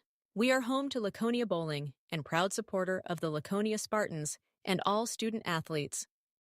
Happy fall, y'all. Hi, this is Jackie with All Phase Heating, Cooling, and Geothermal, serving Dodge, Fond du Lac, Marquette, and Green Lake counties. Fall is a time for a whole home duct and dryer vent clean. Here's what I mean. Things off kilter? Might need a new furnace cleaning and a filter. Dust and dander? We'll take a gander. We are your home for the Coleman Equipment brand. Call 920-763-2301 or log on to allphasecomforts.com, providing your comfort zone for all seasons. Hey, it's Bucky. Give us a call, and we'll clean your duckies. Welcome back here. There's a shot of the Warbirds as they're coming out onto the ice. Let's check that YouTube chat, and we got 0. Oh, what? Nobody out there No. of the 34 computers who are signed in. Nobody is out there commenting. Well, see, Jeff, I think that's a problem because I know what our job is. We're here to broadcast the games, but I'm pretty sure their job, leave something down in that YouTube comment section, where you're watching from, who you're rooting for, your favorite player. I mean, how your day was. We just want to hear from you. The girls especially want to hear from you. Right. The girls want to hear from you because I can guarantee you right now, Cap City, on their bus ride back, the first thing they're going to do is they're going to pop open that YouTube and see if it's processed enough for them to be able to watch this game. And one of the things that we tell all of the teams is that we're expecting to get some chat put in there. So start of the second period. So we get ready here on Jeff's live stream in cooperation with Radio Plus. Good shot here of the faceoff. Jacobson is going to be taking on her counterpart, number 11, Lily Wagner. Cap City comes right back out in on the attack. Wagner tried to center. Puck was loose. Coleman gets a piece of it to save. And again, the Cap City, they just are starting right back where they had left off after that power play, feeling much more confident that they had the opportunity here. Yeah, had a great chance to center there. Just kind of got lost in translation, but if it could have found its home, it would have been 1-0 easily. Now we'll get a penalty coming. I believe that'll be on Cap City because now that the puck was touched by one of them, we'll see if we can pick it up on the replay. Down in the corner. Might be a little bit of a check from behind. We'll see what the sign is. It's going to be a body check. Yep. Instead of a check from behind, it's just going to be the body check. And that's going to be on number 44 at 16:26 on the clock for a body check. Yeah, 1:34 into the period. Rachel Ohms headed to the box. Or, sorry, just 34 How about seconds. 34 I forget we play seconds. 17 See, here. now you know no, why I'm so we used read to off of the basketball. clock. Oh, that's right. Yeah, You're right. yeah. See now, why we read the now we clock? can validate you. I apologize. I'm so used to basketball games with 18 on the clock. Let's see how this power play is working. Remember, they've only got a 7% execution rate on their power play. Shot on goal. Yeah, I mean, that's the problem we talk about. 14 power plays for the Lady Warbirds out there. They've only scored on one of them. And you've got to execute in moments like this. We'll see if they can finally take advantage. 1:51 left here on the power play for the Warbirds. Jacobson in center. Out there with her is Gilson. Dogs is back here on the defense. Jacobson drops it down low for Gilson. Pulled out here. Jacobson trying to run it. At the point is going to be Dogs. She's going to come right towards Gilson and switch positions. Gilson with it. Cross ice pass. Gets it through the defenseman all the way over to Jillian Schuster at the top. Kayla Dogs back to Schuster. A little tic-tac-toe. And there's going to be a penalty on number 5, Brooklyn Coleman, for the cross-check as she was battling out in front of the net. And that'll be her second penalty, and that's going to erase the power play here for the Warbirds. Yeah, her second 2-minute minor now. This time down in the crease on this side, coming down with just a little cross-check across, and you can't do that. Evens up the penalty now for a minute 23, but after that, Cap City Cougars will get an opportunity. Brooklyn doesn't need to do that either. She's a strong enough skater on her skates. She could just turn her backside and back her way and push that defenseman out of the way. She doesn't need to use the cross-check to open it up. We're going to skate some 4-on-4 here for a minute and 15. We'll see who has the advantage here. Hustling down is Jacobson. Gets it down into the corner, gets past the defenseman, number 2, Bryn Brinkmeyer, but she pushes her wide. Taken away there for the Cap City Cougars is Brinkmeyer. Skating back this way through the neutral zone and trying to hold was number 5, Penelope Laffelholz. Laffelholz? Laffelholz. Thank you. Trying to hold on the line, could not do so. Hey, if we're mispronouncing some of these names too, and you know what, we forgot to check and see who number 4 is. Perfect chance here for somebody from Cap City to let us know who's wearing the 4 jersey. And at least we'd get that seal broken on that YouTube chat. Face-off with 57 seconds still left here on 4-on-4 hockey. Hustling after it, the Warbirds with a 2-person forecheck, picked up there by Getz, fired into the net. Martinelli could not grab a hold of it. Chipped out into the slot area, dangerous, and no Warbird could get there. Chipped off of the boards, picked up there by Lily Wagner. Wagner drops it at the circles on the offensive side, picked up there this time by Brenna-Lynn Getz. Getz rubbed up against the wall. Of course there's no checking in girls hockey. Yeah, she was hit hard along those boards. Yeah, they jumped up and grabbed a hold of her. Good dump in there by Olivia Bear. Down into the corner, Cap City Schuster goes after it, tries to get a hold of it. Into the slot area, bad dump in. Quinn had a chance. Schuster with possession for the Warbirds. Wide of the net on that fire, down into the corner. That'll be picked over there. I believe that is Gilson. Nope, that's Jacobson picking it up for the Warbirds. Penalty killed off for Cap City. They have a power play for 30 seconds. Drop down to the blue line. Good defensive stick right there. Wow, great play there by Adriana Getz. Here's that pressure with short-handed. Warbirds keeping it down, not allowing Cap City to break it out. Good hold there by number 28, Maddie Gilson. Into the neutral zone, trying to get there with numbers, taken away by Dogs. Drop back down low, 4 seconds, 3 seconds, 2. They didn't even get it into the offensive zone. Penalty killed off for the Warbirds. No. Right into the slot, chance, shot off of the blocker, puck is loose in front and saved here by the Cap City Cougars. And here's a chance they got numbers behind. Coleman looks, gets out in front, chips it away as she could not cover. She got out to the hash marks. That is her limit. If she covers beyond that hash marks, that now puts her in there for a delay of game. Picked up here, Warbirds. Skating with it is going to be Coleman. Came out of the box. Taken away there by Getz. It never got into the zone.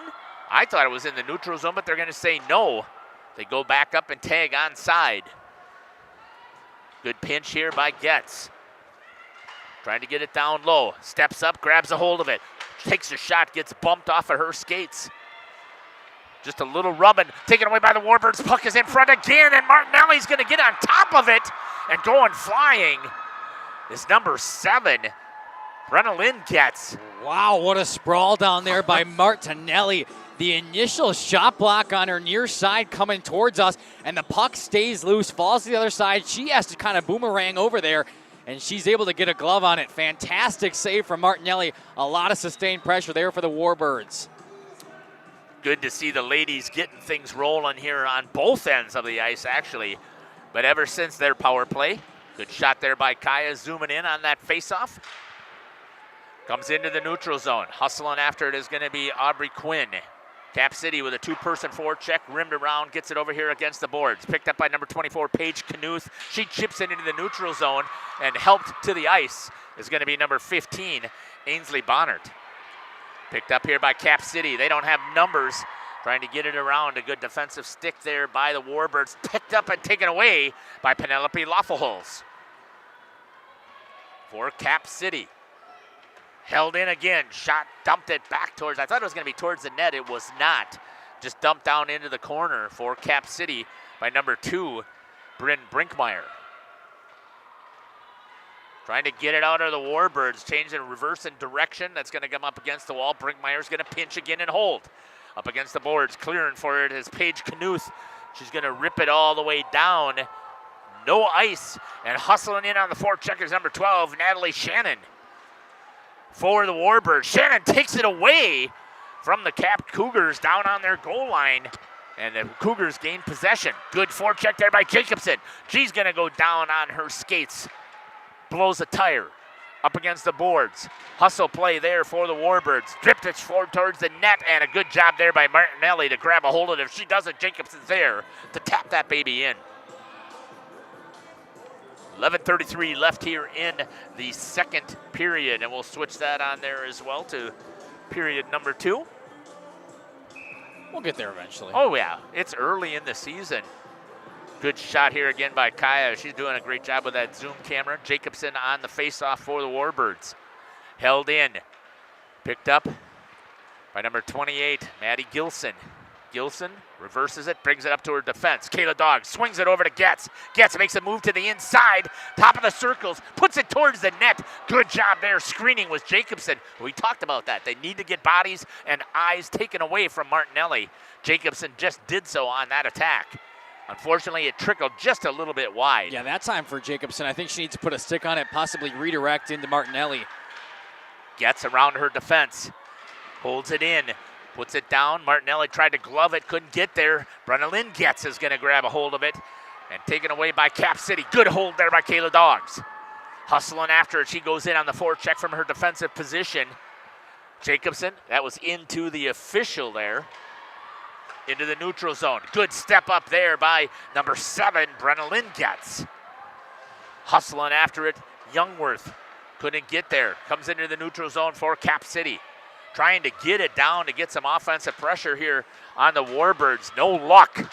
Trying to take it in is Youngworth. Good job there by the Caps to pull it for the Cougars, I'm sorry. Schuster, cross ice pass over to Youngworth. Hustling after it, gets the stick. Tries to drop it in there. Good hold against the boards by Cap City. That's number 60 down there, Skylar Wolfs. Coming in, walking in, shot. Oh, good save there by Martinelli.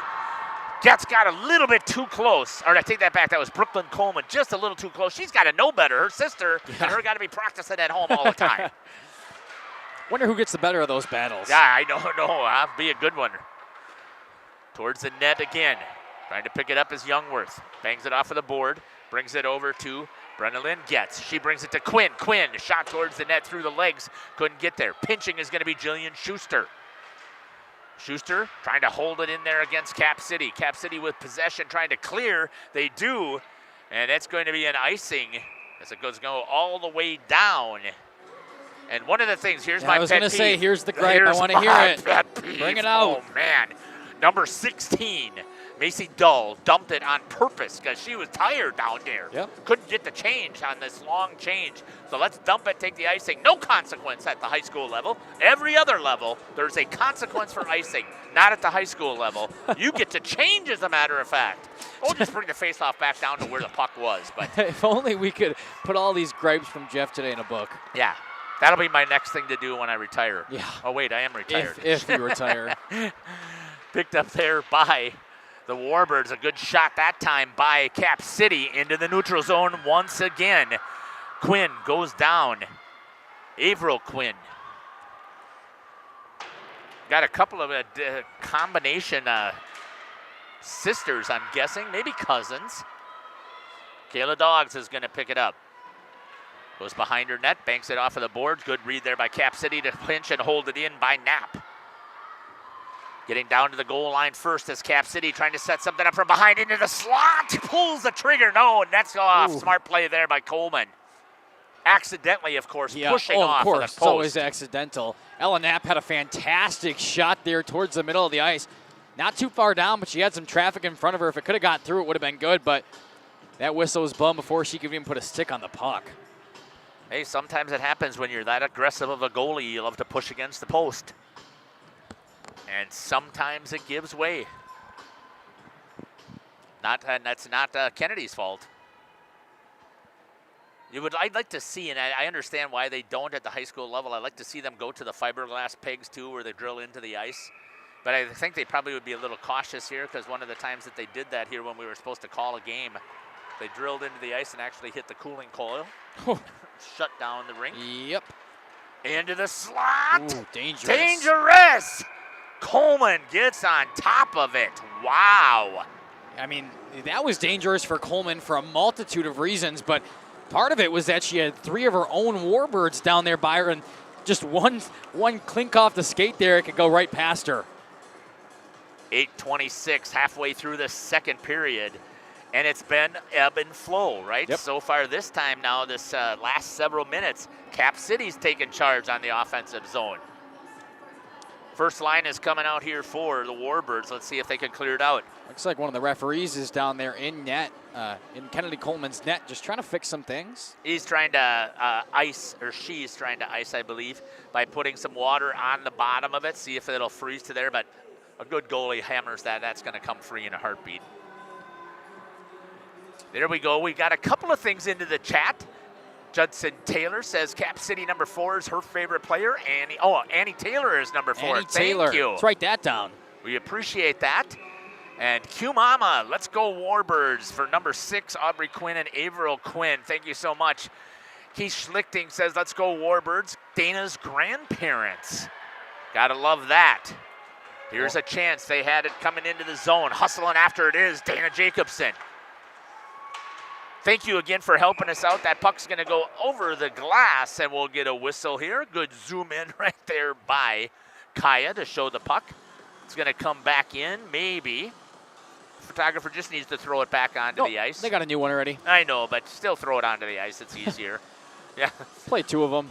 Now she has to walk all the way over here. That would make it more interesting if you had a penalty if you got 2 pucks put out there. We were playing foosball the other night. We had two balls in the thing at the same time. 8:08. Warbirds down in their zone.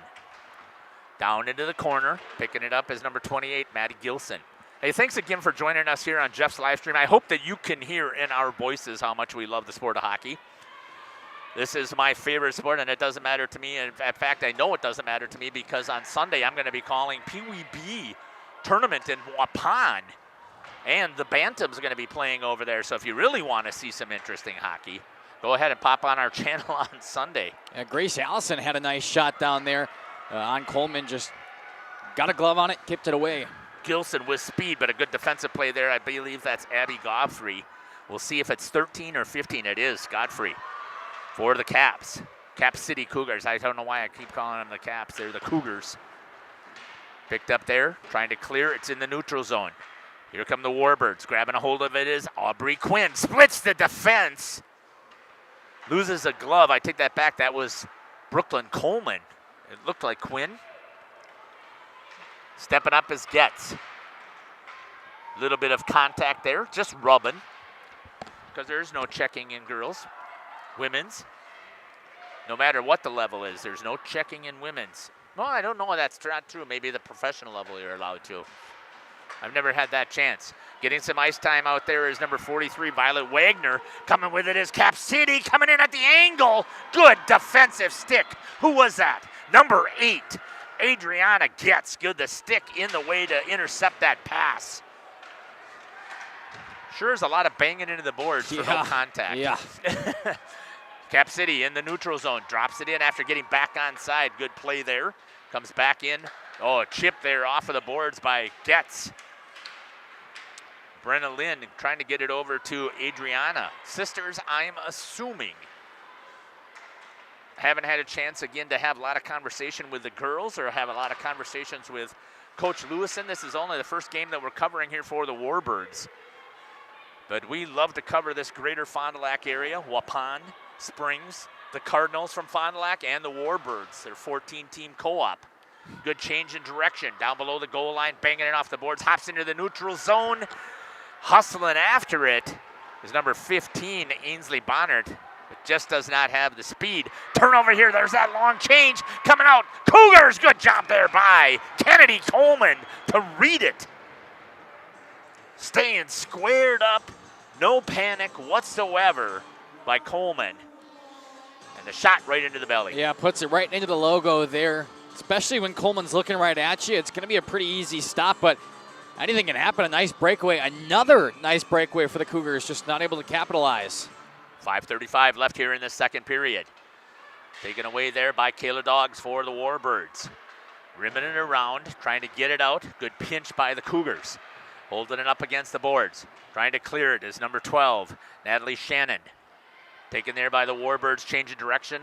Dogs just outside of her reach. Good hold there by number 16, Macy Dull. Shot towards the net wide. Step up and hold there by number 4. Who was that again? That was Taylor, last name Taylor. Thank you. Annie Taylor, I Annie believe. Taylor, Yes. Yep. Thank you very much. I didn't have a chance to write it down. Thanks again for joining us here on the broadcast. We love to see those 40 computers logged in. Hope you're enjoying it. We definitely are enjoying bringing it to you. Over skate there by Cap City, fires it behind the net. Still held in, a good offensive pressure here. That's number 11, Lily Wagner. Cleared, and that's going to be an icing as that's going to go all the way down, and here's the consequence. Will change. They were tired, ran out of gas.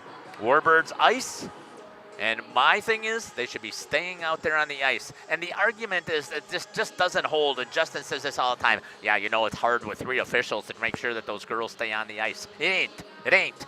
You get one person over by the bench, and nobody comes to the bench, period. Don't even sniff it. Nobody hops the boards. But that's just my opinion. Maybe someday NFHS. Jeff, how do you really feel about the no icing or the icing? Hey, I think I'm in favor of it. They should be able to ice whenever they want with no consequence. Chuck-a-puck is the announcement coming up here at the end of the period. We have to figure out how to do a virtual chuck-a-puck. Puck down low for the Warbirds. Martinelli trying to get on it. Puck is still loose. Oh, the bump. Yeah. Net gets bumped off. Puck was still loose on Martinelli's right side there. She leans back trying to put a glove on it. And a consequence of that, another post off. Yep, post goes off, face off to her right. No consequence there with the puck loose. But again, that is not on her. If you had the fiberglass pegs where they're in the ice a little bit, and I talk about the danger of having to skate in that. And again, my son played goalie, and he played juniors all the way through 21, and then he went and played some college hockey at Illinois State. And you know, it doesn't matter if you've got pegs or the fiberglass pegs in there. You fly into that metal cage, it's going to hurt no matter what. Held in by Cap City. Moves it over to the side. Shot there. Coleman loses it. Cleared by the defense. Puck is still loose. Coleman down. Gets back up on her skates. Good initial save there by Kennedy. Comes back into the slot area there. Coincidental contact. Coming back with it is going to skate is Aubrey Quinn. She's got room, comes in, did what she needed to do, passed it to the offside. Nobody there for the Warbirds to pick it up. Cap City, once again, 3:10 and counting right now Warbirds cleared by Brennan Getz into the neutral zone. Cap City grabs possession. That's going to be number 24, Macy Shearer. Good job there by Bonner to knock her off of it. Up against the boards, Youngworth chips it, keeps it into the neutral zone. Drops it down low. Boy, the ice must be pretty slippery. We see a lot of people falling down out there. With no checking, it's not possible. You know what, but I'll tell you this, and yes, I was joking right there, but I will take letting them play hockey, right? There isn't really checking. They're very physical, both of these teams, and I am glad to see that. Good step up there by the Warbirds. Coming through the neutral zone, Cap City again on the attack. Cross ice, good defense, almost chipped in. Schuster had the stick in the way, it came right back to Cap City's. I believe that's number 20, Miley Gross. Nope, 28, Paige Nowinski.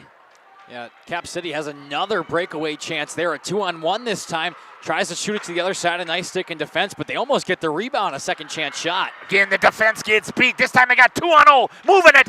Coleman, wide of the net chip. They had it once again. Boy, Cap City has to capitalize on these mistakes by the defensemen of the Warbirds, and has not been able to do so far. And then, yes, there's been some good saves here by Kennedy Coleman, but they haven't even hit the net. There's another pass in front, this time into the elbow, and a good job there by Kennedy Coleman to make the save. That time it was Kennedy Coleman, but the one before that, Jeff, two Cap City Cougars coming down by themselves. They pass it over, and she can't even put it on net. That's exactly where you need to capitalize. 2-on-0, and it goes a foot wide of the net. And if you're a Warbirds fan, you're saying, thank you very much. Face off once again. Rimmed around. Up against the boards. Warbirds trying to get that long stretch pass. That might be on Martinelli, though, and she's just going to glove it. She'll take the whistle.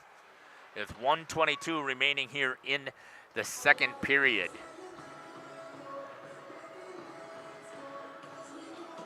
That one is not an ice as it goes all the way down in on net.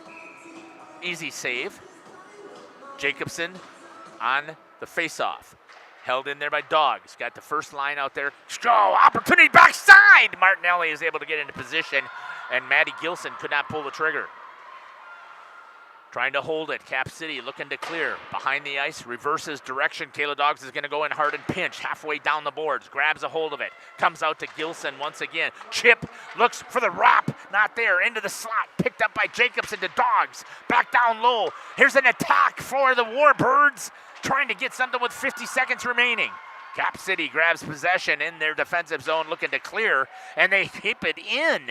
And now it's into the neutral zone. Skating. Trying to get it out here to the blue line. I am hoping that Coach Lewison is going to talk to the defense about not letting Cap City get behind them. You got to pay attention to their speed. Kayla Dogs, long stretch pass underneath the stick. Coleman trying to hustle down there. It's going to go as an ice with 25 seconds remaining. And we'll have a face-off coming back down here. Yeah, for a while there, it was Cap City Cougars coming on the attack, but Warbirds, a couple of quality shots there. They had a centering pass, just nobody home and able to return the favor. So had some quality chances. Now they'll take a defensive zone draw. Hey, let us know here at the intermission who you're cheering for, who's your favorite player, where you're watching from. Perfect time to do it while they're doing chuck-a-puck. You might as well put that in there. Oh, chipped out front again. Cap City doing a good job of protecting their goalie as well. Here's an opportunity, 8 seconds, breakaway once again, 2-on-1, and offsides. Whoa, let's check that baby out and see if we got that on the instant replay. Again, the defense are pinching too tight. Coming with it. Oh, I believe that was a good call. There's only so many times you can give up odd man rushes, and eventually it's going to bite them. Oh, it's going to bite you. Good zoom in here by Kaya. As we get a chance here to see Brooklyn Coleman take the faceoff into the neutral zone, chips it into the bench. No, all the way into the stands. Hey-o. Watch for flying pucks. Just over 2 seconds left to play here in the second period. We'll get a faceoff draw around center ice, and then 2 seconds is a hard one to shoot all the way down to the net, especially from center ice. If it was a face-off down in the zone, it is a possibility. Possible, but right. here it probably just takes way too long for that puck to travel, and that's exactly what will happen. One of the linesmen gets taken out around center ice. He'll get helped back up by some of the Cougars, excuse me, but that'll do it. Second period. Still nothing. That was Brooklyn Coleman who assisted the face-off person from Cap City one more time into the ice. She's got to be careful here. Yeah. She's got 2 penalties already, and they haven't hurt. I missed a saves, darn it. Okay, here we go.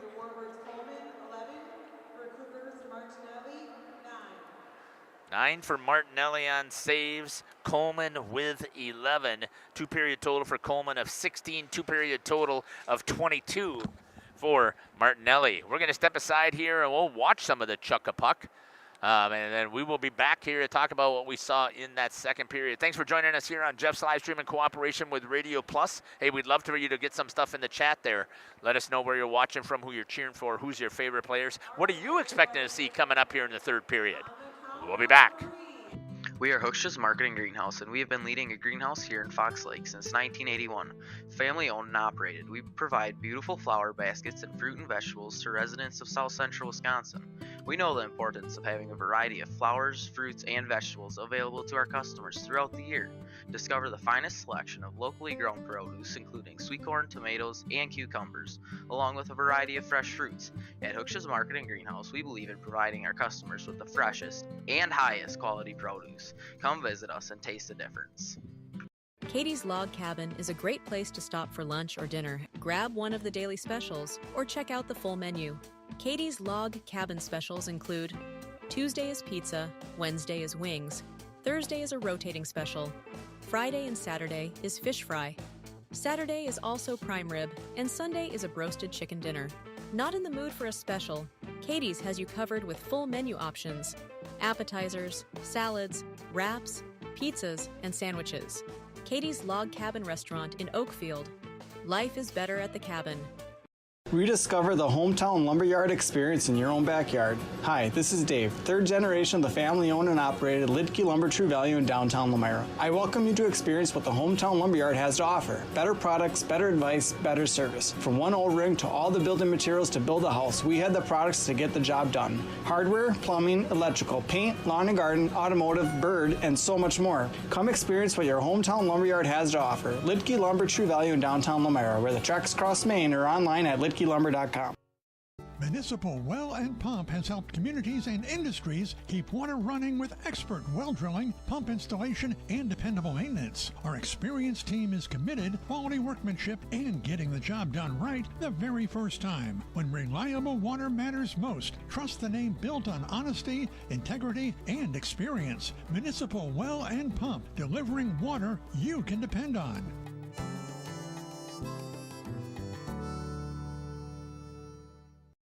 Planning a new building, whether it's commercial, ag, or residential, you need a building that will last. You need Pino. Our experienced design-build team will make your vision a reality. After all, we've been doing it for over 45 years. To start your next project, go to pinobuildings.com and you'll learn about the Pino difference. Pino, built better for future generations.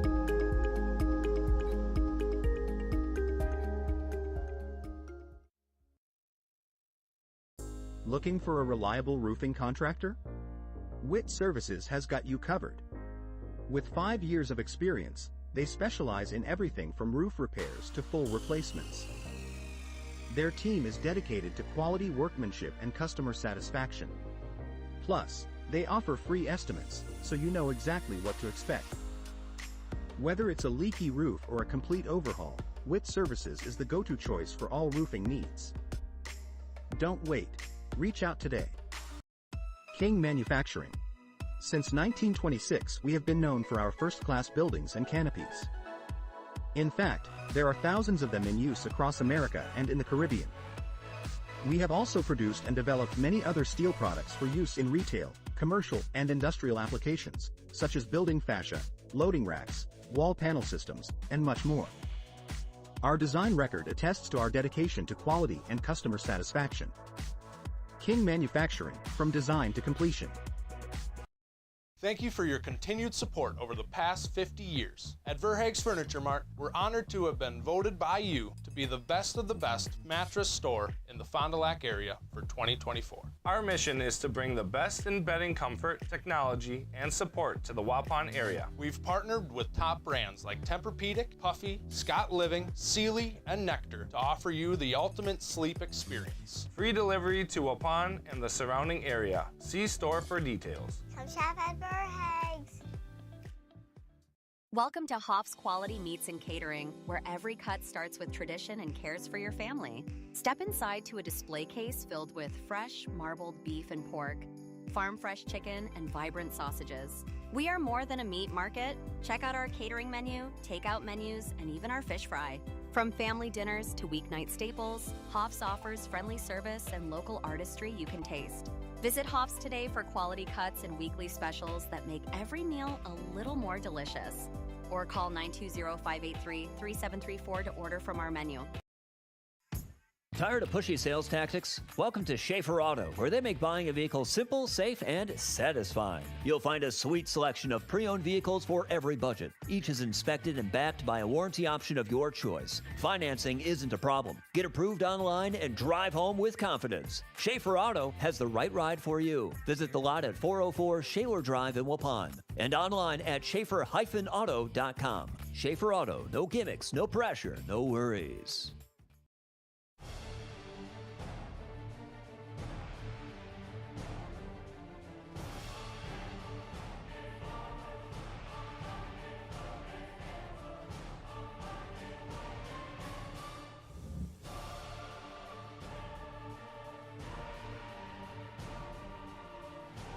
Bryant, whatever it takes. Trust AirTech Heating with all your home comfort needs. AirTech Heating, doing whatever it takes. Angling-only guide service with Captain Jeremy Brenner. Captain Jeremy Brenner here. We are the premier Lake Michigan salmon charter out of Sheboygan, Wisconsin. Each trip is 6 hours and includes fish cleaning. The cost is $400 per trip Fridays, Saturdays, and Sundays, and only $340 on weekdays for up to 6 people. I personally guarantee you will catch fish. The season runs June through Labor Day. Contact me at anglingonlyfishing@gmail.com to book today and check out my Facebook page, Captain Jeremy Brenner, Sheboygan Salmon. For over 120 years, Bristol Morgan Bank has served central Wisconsin communities. We're still here, not just as your financial partner, but as a community partner. Communities change over time. They grow, your business grows, your family priorities change. This is why, over the years, we've adapted to the needs of our customers, offering digital tools for convenience, scheduling in-person appointments where and when it works for you, designing products to impact your financial future, because that's what community banks do. Katie's Log Cabin is a great place to stop for lunch or dinner, grab one of the daily specials, or check out the full menu. Katie's Log Cabin specials include Tuesday is pizza, Wednesday is wings, Thursday is a rotating special, Friday and Saturday is fish fry, Saturday is also prime rib, and Sunday is a broasted chicken dinner. Not in the mood for a special? Katie's has you covered with full menu options, appetizers, salads, wraps, pizzas, and sandwiches. Katie's Log Cabin Restaurant in Oakfield. Life is better at the cabin. Wouldn't even be like Mayville the other night. Welcome back here to the Fond du Lac Blue Line. Yeah, you're right. That is a tough drive for Yes. you, that traffic is. We're talking here, Mackay is a student over at UW-Madison, and so he does know the Cap City Cougars. That's exactly right. I said we had the same drive today. That's right. He said he thinks he passed him on the way up here. But he does a lot of streaming for us, so he's driving from the Madison area, and we only cover up in this area right now. We're hoping that we got some stuff in the works for next year. But, yeah, so you're on the road quite a bit, and there's not a straight shot from Highway 151 to Mayville. No, there's not. To Elmira. You have to either come all the way, you have to come up to 49 to shoot over, That's or you before take the backwards. That's before the 45 minutes I can even get to 151 driving through rush hour traffic in Madison. But yeah, I digress. Yeah, well, we're trying to talk about what your schedule is potentially going to look like to make it easier for you for next year. But yeah, let's talk about how things have taken place here so far in this contest. Well, there's not much to talk about as far as the scoring. You can see it 0-0 up on the scoreboard. 22 total saves for Sophia Martinelli. She's had 9 saves in that second period, 13 in the first. That's 22 total.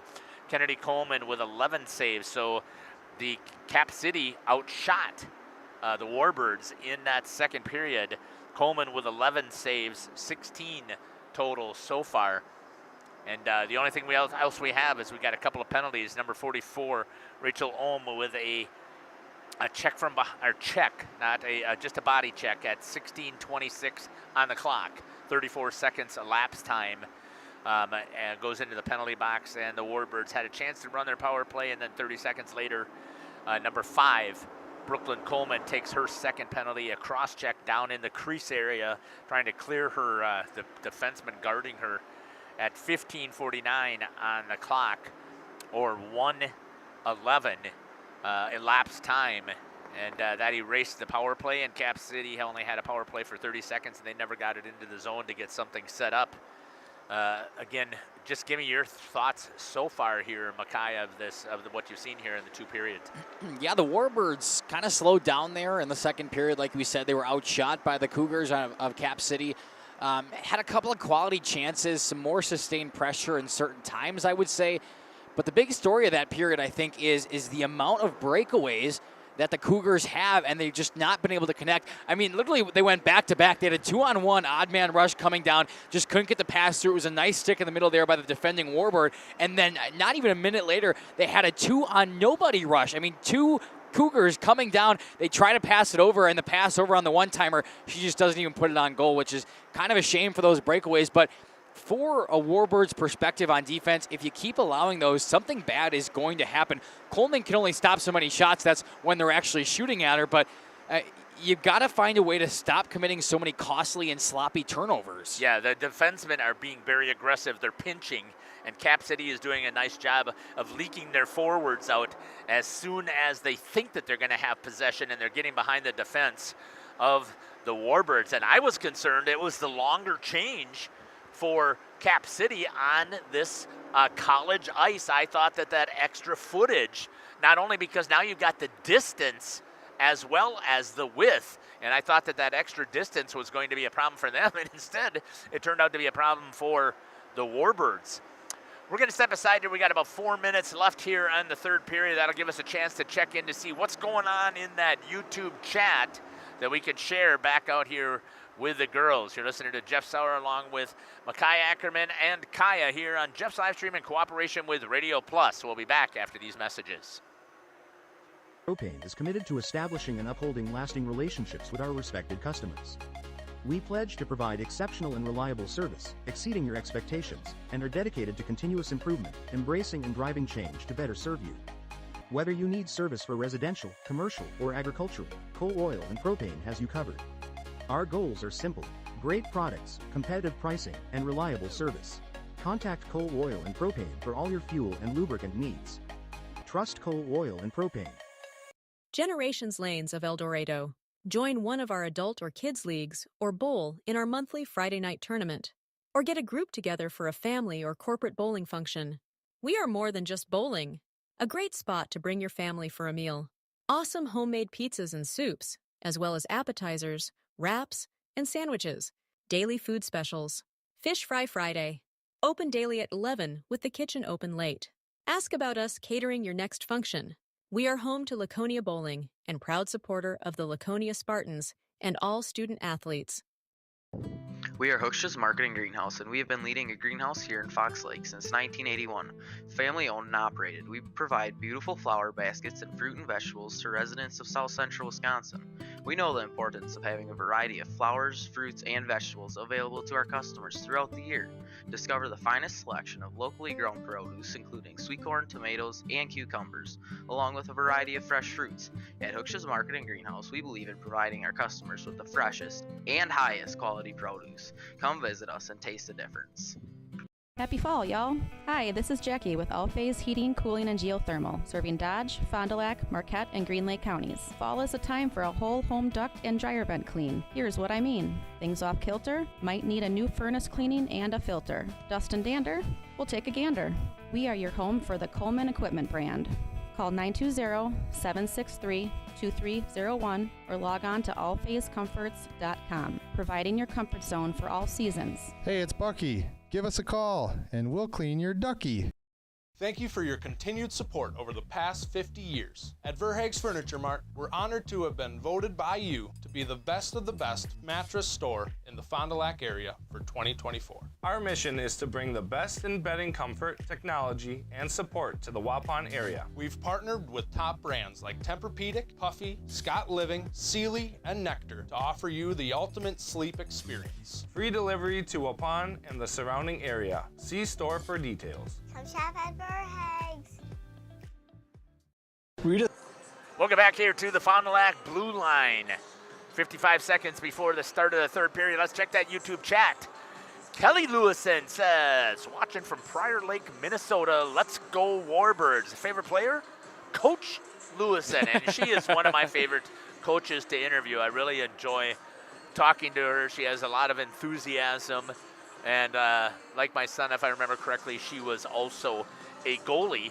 And then Ariana decides to counteract that and says, Cap City. Cap City.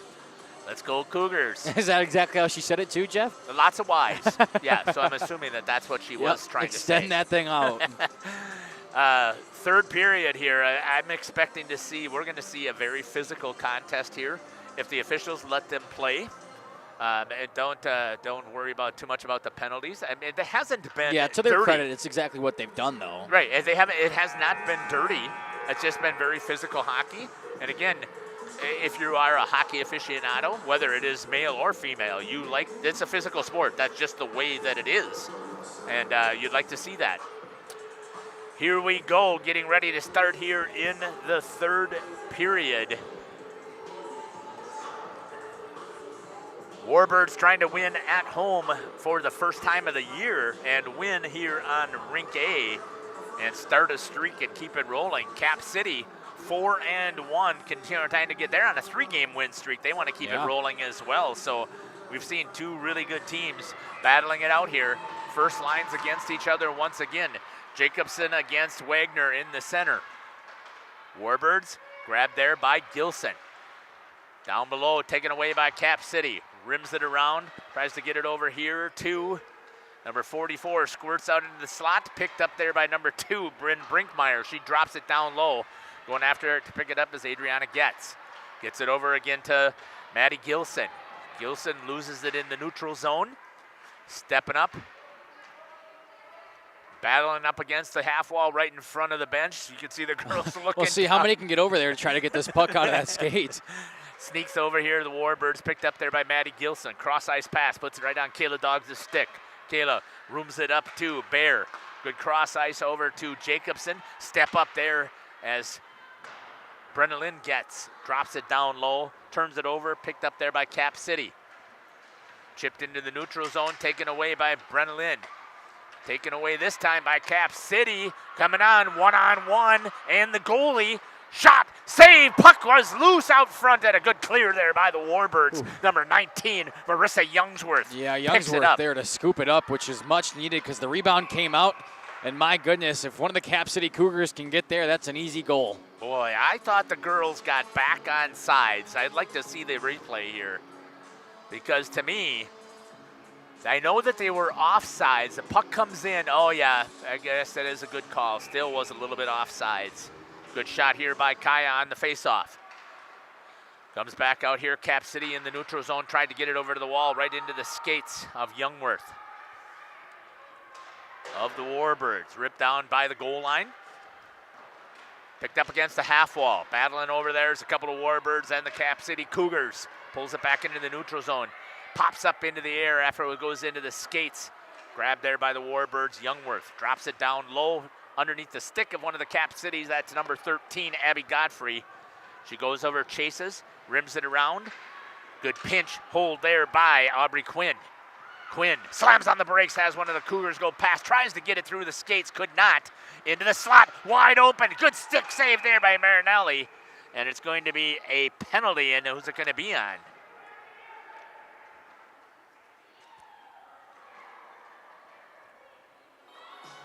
Oh. Looks like Grace Allison's coming down to the box here. I wonder what the call is here. Let's see. A cross check. Okay, she must have retaliated. Didn't like what she saw. 14:58 on the clock. Grace is one of those girls I worked with during the summer, so funny to see her in the box. Yeah, you can harass her when you she's see her she's again. got that fire in her. I believe it. Cross check there on Grace Allison. Yeah, you had that chance to talk to a couple of these girls. Warbirds trying to get something rolling on the power play. Works into the neutral zone. Everybody's going to have to regroup, get that back on side. Gets almost has it turned over, grabs a hold of it with the pressure. Chip, Cougars keep it in the neutral zone. Step up and held there by Brennan Getz. Flying after it out of the Warbirds. That's going to be dropped down low. Kennedy Coleman, she's going to do her part to help out. Rims it off of the board. Good stretch pass up to Jacobson into the neutral zone. And fired back down by the Cougars. Hustling after it is Jillian Schuster. Good forecheck pressure there by number 5, Penelope Laffelholz. Shot just wide. Whoa, Coleman gets on top of it. What a good chance there by number 15, Addie Swenson. I thought she had it. Or is that number 16? Is that Macy Dull? Yeah, either way, that puck was just out in front of Coleman. I'm not really sure how she got back to it. Kind of had to come cross-side, across her body, dove in front of it, able to get the puck, and almost a shorty there for the Cap City Cougars. I thought they had her beat. She was a little bit off post. There was enough of an opening there, but they were not able to get it there. Good shot again of the face-off there by Kaya. Zooms it out. Bear with it. 1-on-2. Shot off of the blocker, popped out in front, and a good job there by the Cougars to clear. Stepping up again, coming after it short-handed. Hustle play there by Aubrey Quinn. Rims it around, gets it over here to Bear. Chips it into the neutral zone, picked up by Cap City. Just killing time here. Tick, tick, tick, tick, tick. 35 seconds left here on the power play for the Warbirds. Cap City with possession. Taken away again by Adriana Getz. Trying to get some support there by Youngworth. Taken away by Cap City. Fires it out front. Pulls it back to the blue line. Racked into the corner. 10 seconds, 15 seconds. Back out front. Good intercept there by Getz. Adriana drops it down off of Martinelli, right into the glove. Good scoop there, and gets the whistle with 6 seconds remaining.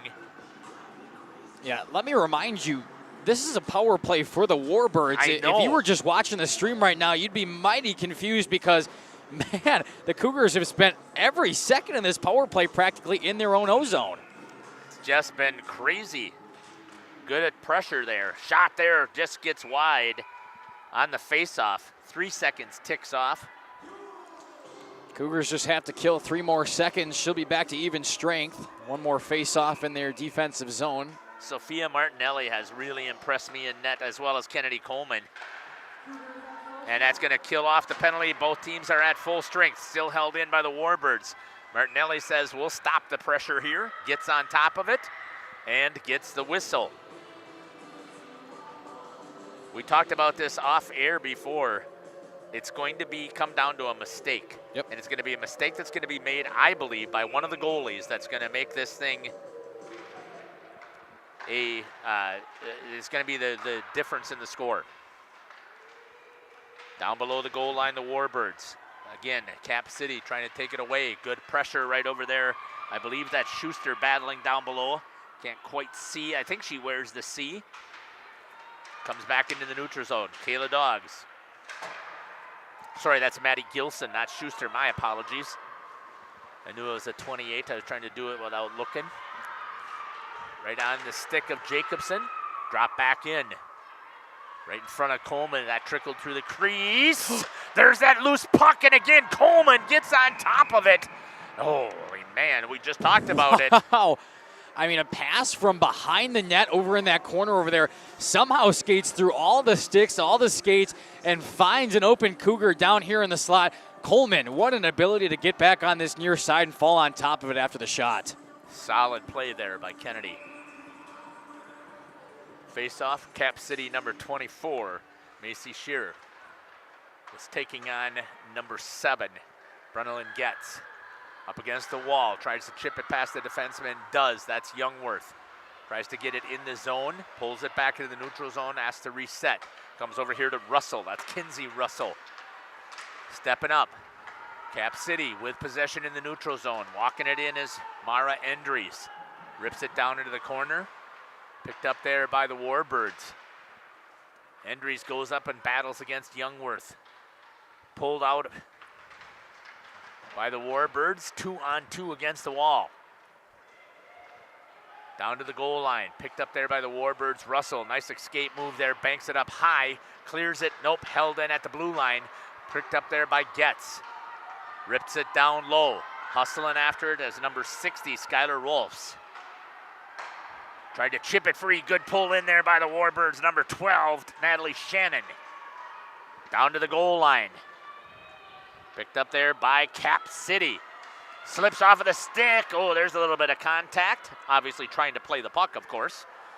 As Ainsley Bonnert gets bumped off of the puck. Up against the wall. Down by the goal line, Cap City changes directions, tries to get it over here to Grace Allison. Into the neutral zone, picked up there again by Shannon. She drops it down, forcing number 15, Ainsley Bonner, to go in for the forecheck. Gets there, puts some pressure onto the puck, pulled out there by Allison, turned over into the neutral zone, one-on-one, skating with, oh, what a back check there by Gilson. Maddie Gilson comes all the way back in and does a fantastic job on the back check. Banged off of the wall. Here comes the Warbirds. Get it out here wide. They've got Gilson on the outside. Instead, Knuth turns to the inside, and a chance here for Cap City. Taken away in the neutral zone for the Warbirds. And the Cap City once again back and forth. Into the slot area. Shot over the crossbar. Whoa.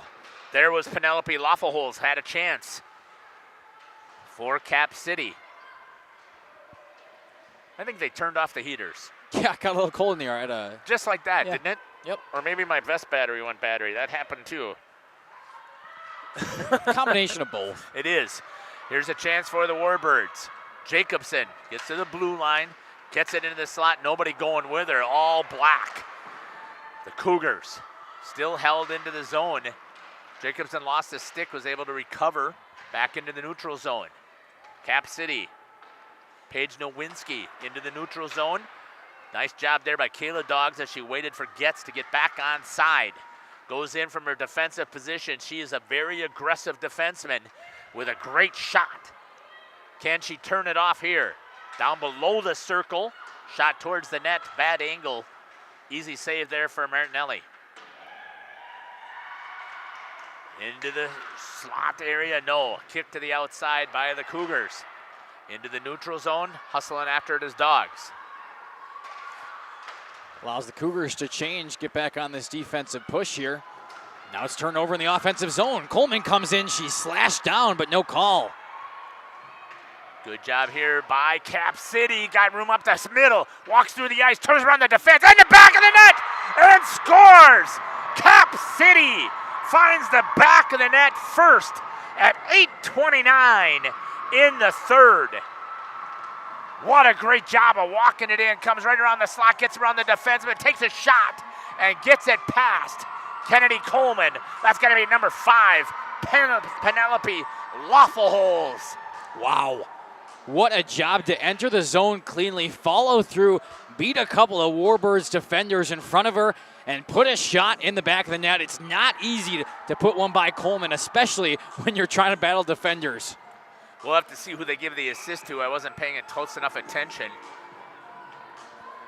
Justin's probably screaming on there, it's number. No, Yeah. he's at a game. He can't that's be right. watching. Yeah, Good he thing. could be.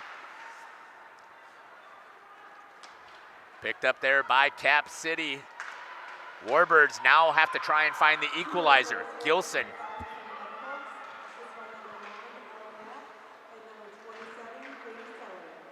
Number 27, Katie Sullivan on the assist. I believe Ella Knapp was on the assist as well. They had them both? 9? Yeah, yep, 9 and 27. And the goal went to 5, right? I didn't hear that part. Okay, so then it would have been the goal was by Knapp. It would have been my guess. But I don't think that was. I didn't think so either. I think number 5 was out front. And it could have been from Knapp.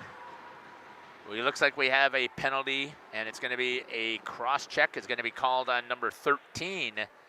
And the one thing, if you're Cap City, you don't want to do is give them the chance here. Well, maybe.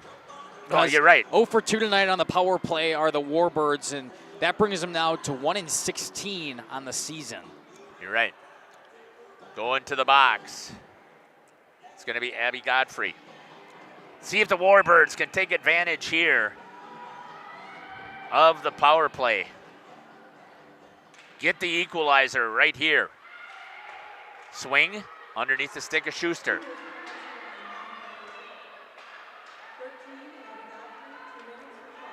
Trying to work it in the middle. Oh, here's a shorthanded chance once again. If they get there with speed, cuts to the inside. Good job there.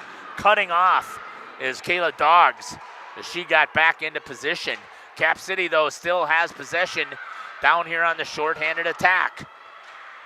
Picked up there this time by Maddie Gilson. She's going to take it into the zone. She's going to try and turn the corner. Gets down below the goal line. Centers it on the far side. Shot. Martinelli reads it the whole way. Squares up and gets the save. 1-0 for Cap City.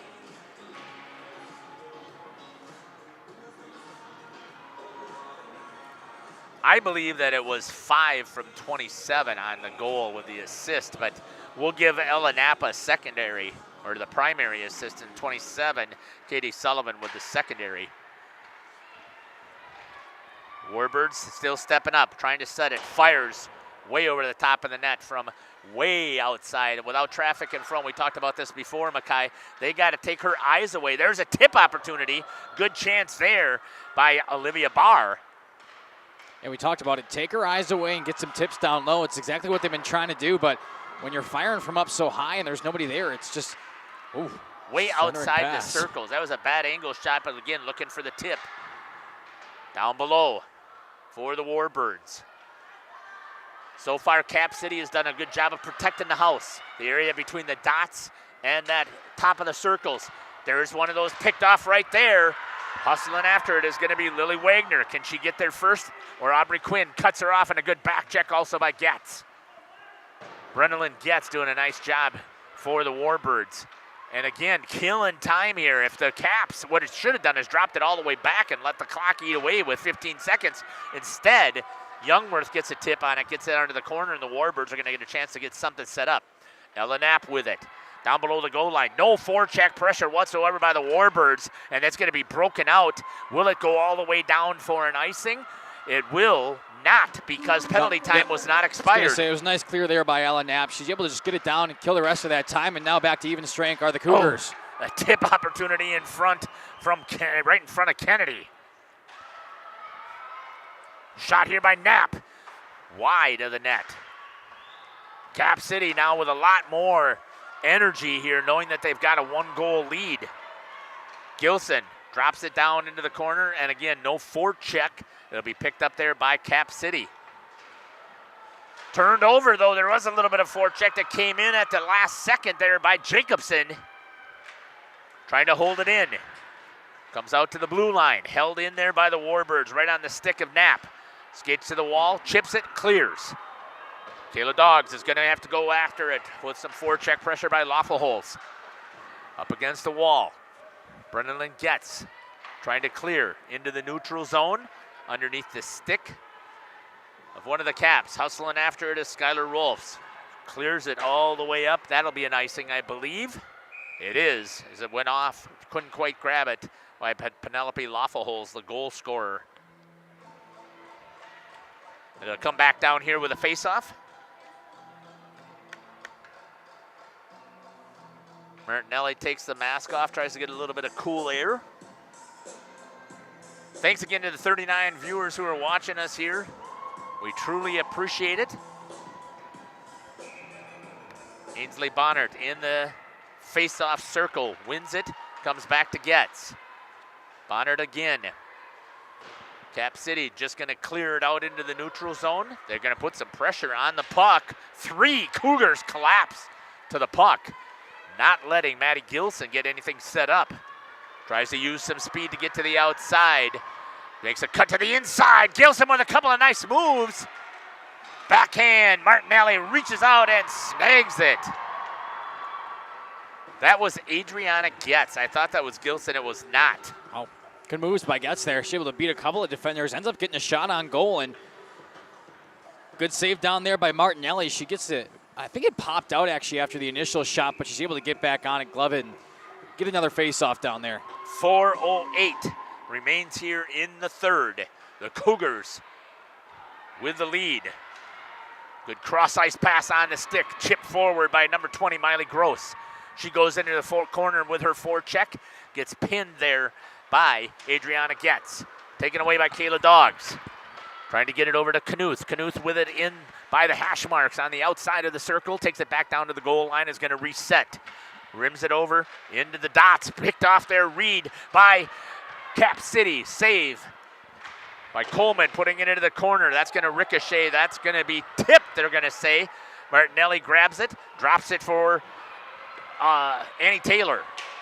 Has it through the neutral zone now, through the middle of the ice. Taking it by herself. Shot. That's not a good advised shot there, especially when you've got the Cougars calling for it. Now it's going to be turned over wide of the net from behind for Cap City. 3 minutes and counting here in this contest for the Warbirds.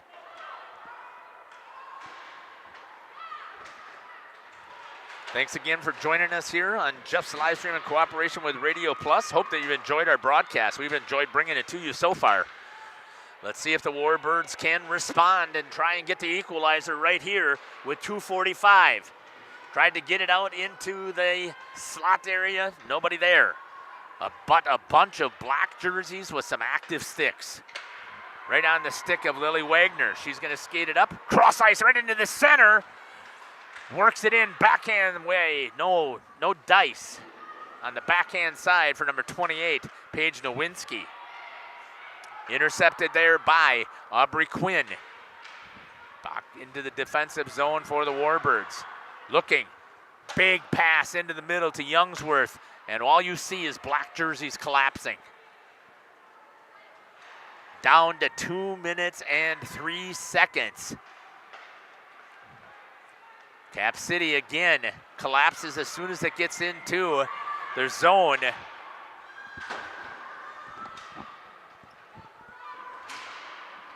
Taken there by Coleman, has a chance. Down to the goal line. As it hopped off of the stick, looks, tries to center. Shot and an equalizer! Goal scored for the Warbirds. We are tied at 1. Coleman, 141, a bad angle shot on the short side, sneaks it past Martinelli. Wow, Brooklyn Coleman able to get into the zone there, just catching up to a puck, and the puck is way too far in front of her to get an initial shot. She picks it up behind the goal line, brings it back around the other way, got an angle shot at it, buries it in the back of the net, ties this game up at 1, and there's only a minute and a half left to play. Wow. Surprised that neither one of them is going to take a timeout here. See who gets the assist. I don't think anybody did. I think it's unassisted. It is. It is. Get the U right there. Let's see. They still have time. Wow, what a job there by Coleman. Down below the goal line, Cap City with it. 1:18. We're going to get some potential free ice here. Martinelli misses it. Wow. Picked up there by Cap City. Skating with it is Penelope Laffelholz. Kayla Doggs with it for the Warbirds. Down below, Kennedy Coleman comes back out past the circles, past the blue line. 1 minute remaining left here in the third period. Doggs goes down. Looking for a penalty, no trip going to be called. Skating back the other way, trying to get it into the zone. Good speed there, but over skating. Oh, a little bit of a hold there. Where's the official? And then there's a slash as retaliation. Gets it on Coleman again. Shot wide of the net with 30 seconds remaining. Youngworth shoots it out to the blue line. Warbirds swarming. Shot wide of the net. 20 seconds and counting. Down below the goal line, still in the zone. A chance. Gets. Centers. Nobody there but Caps. Into the shin pads. Oh, an opportunity stepping up. That's going to come out. I was going to say, I thought they would have seen that. They did. Being offsides. A lot of sustained pressure here late, though, from the Warbirds. Able to tally it up 1-1 with 1:41 left to go. Off of the shot there from Brooklyn Coleman. And now we'll get another draw. 8.1 left to play on this clock. And odds are we're going to some free hockey. I think we are as well. Cap City wins the draw. 6 seconds, 5 seconds. Just going to hold it down in their zone. A little shot towards center ice. But that'll do it for the third period of play. Both teams not in one. And we are tied at 1, Jeff. And we will get some overtime. My goodness, electric stuff. Cap City looked like they had that one all but one. Just feisty, aggressive on it. So you're gonna put they'll put 3 minutes up on the clock is what they do here at the high school level, and then they will come out here and they will skate. I want to say that it's 8 minutes, but I cannot 100% say that that is the case. Anyways, we're gonna step aside here, give a chance for us to. Micaiah got too excited there. We're going to let him catch his breath. We'll be back. Town Lumberyard experience in your own backyard. Hi, this is Dave, third generation of the family-owned and operated Lidke Lumber True Value in downtown Elmira. I welcome you to experience what the Hometown Lumberyard has to offer. Better products, better advice, better service. From one O-ring to all the building materials to build a house, we had the products to get the job done. Hardware, plumbing, electrical, paint, lawn and garden, automotive, bird, and so much more. Come experience what your Hometown Lumberyard has to offer. Lidke Lumber True Value in downtown Elmira, where the tracks cross Main, or online at lidkelumber.com.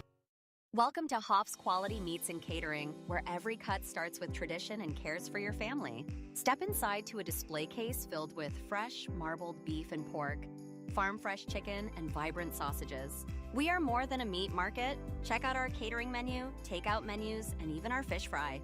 From family dinners to weeknight staples, Hoff's offers friendly service and local artistry you can taste. Visit Hoff's today for quality cuts and weekly specials that make every meal a little more delicious. Or call 920-583-3734 to order from our menu. King Manufacturing. Since 1926, we have been known for our first-class building and canopies. Steel King canopies are a well-known and respected product. We design, fabricate, and contract installation for C-stores, fleets, entryways, restaurants, and more. Steel canopies serve a variety of purposes, including advertising or signage, control access, sheltering an entrance or loading area, support of lighting systems, and weather protection for people, equipment, or outdoor storage. King Manufacturing. From design to completion. Tired of pushy sales tactics? Welcome to Schaefer Auto, where they make buying a vehicle simple, safe, and satisfying. You'll find a sweet selection of pre-owned vehicles for every budget. Each is inspected and backed by a warranty option of your choice. Financing isn't a problem. Get approved online and drive home with confidence. Schaefer Auto has the right ride for you. Visit the lot at 404 Shaler Drive in Waupun and online at schaefer-auto.com. Schaefer Auto, no gimmicks, no pressure, no worries. Welcome back here to the Fond du Lac Blue Line. 35 seconds before we go into some overtime hockey. And just confirming on that Cap City goal, they did give it to number 5 for Cap City. That'll be Penelope Leffel-Holes. And then they did have the double assist there with Ellen Knapp along with Katie Sullivan. So. Okay, awesome. So that took place at 8:29 off of the clock, or 8:31 elapsed time. They do switch ends. Again, they've got the longer change that takes place here in overtime. That was the first goal scored in the game. Then with 1:41 left in the period, number 5, Brooklyn Coleman, unassisted, gets the even strength goal as well for the Warbirds. That gives us our 1-1. Shots on goal, 31 for the Warbirds, 30 saves. And it should be 23 because they said 6 saves for Coleman. So it should be 23 shots.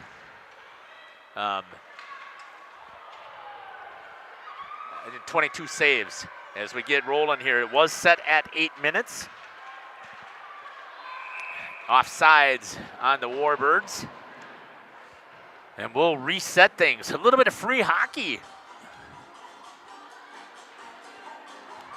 Gotta love some free hockey. Not necessarily pleased that they turned off these heaters, but we'll take it. Yeah, I would agree with that. Plus, it was free anyways because they're watching from home. That's exactly right. Free hockey for all of you out there. Good shot there by Kaya. Zoomed in on the faceoff. Won by Cap City. Trying to hold it in, though, are the Warbirds hustling after it. Picked up down into the corner. Good hustle play there by Olivia Bear. Comes all the way back out in the neutral zone. Warbirds have to go back onside. There's going to be off. Getz is going to go in. He should have blown the whistle because she was all the way back in on puck pressure. Surprised that he did not. But that one will get dropped down low again for the Warbirds. They're going to come down, put some pressure on. Cap City with it up against the boards. Hustling. They've got numbers once again. Chip passed, sailing into the zone is number 27, Katie Sullivan. She had the assist, taken away by the Warbirds. Kayla Dogs trying to come back the other way. Good stick there by Penelope Waffleholes. Going down is going to be Dogs. She's laying on top of the puck. Lost an edge, probably with a little bit of assistance. And she's going to get back up on her feet, hopefully. Athletic trainer trying to talk to her through the bench there, but she's up. She'll come off. Get a bit of applause here from she was out there the since the start of the faceoff, so it's time for her to get a break anyway. Yeah, she's probably a little gassed after having gone down there with some offensive zone pressure as well from her defensive position. And I'm not minimizing anything at all with potential injury that is there either. Squirts down into the corner. Cap City, good pressure there by Brennan Getz. Fired it towards the net. Warbirds swarming, couldn't get it. Coming back the other way is Cap City. Shot. Coleman sees it all the way into the glove and gets the whistle.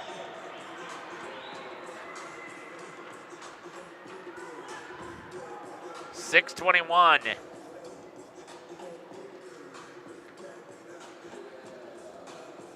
Thanks again for joining us here on the broadcast.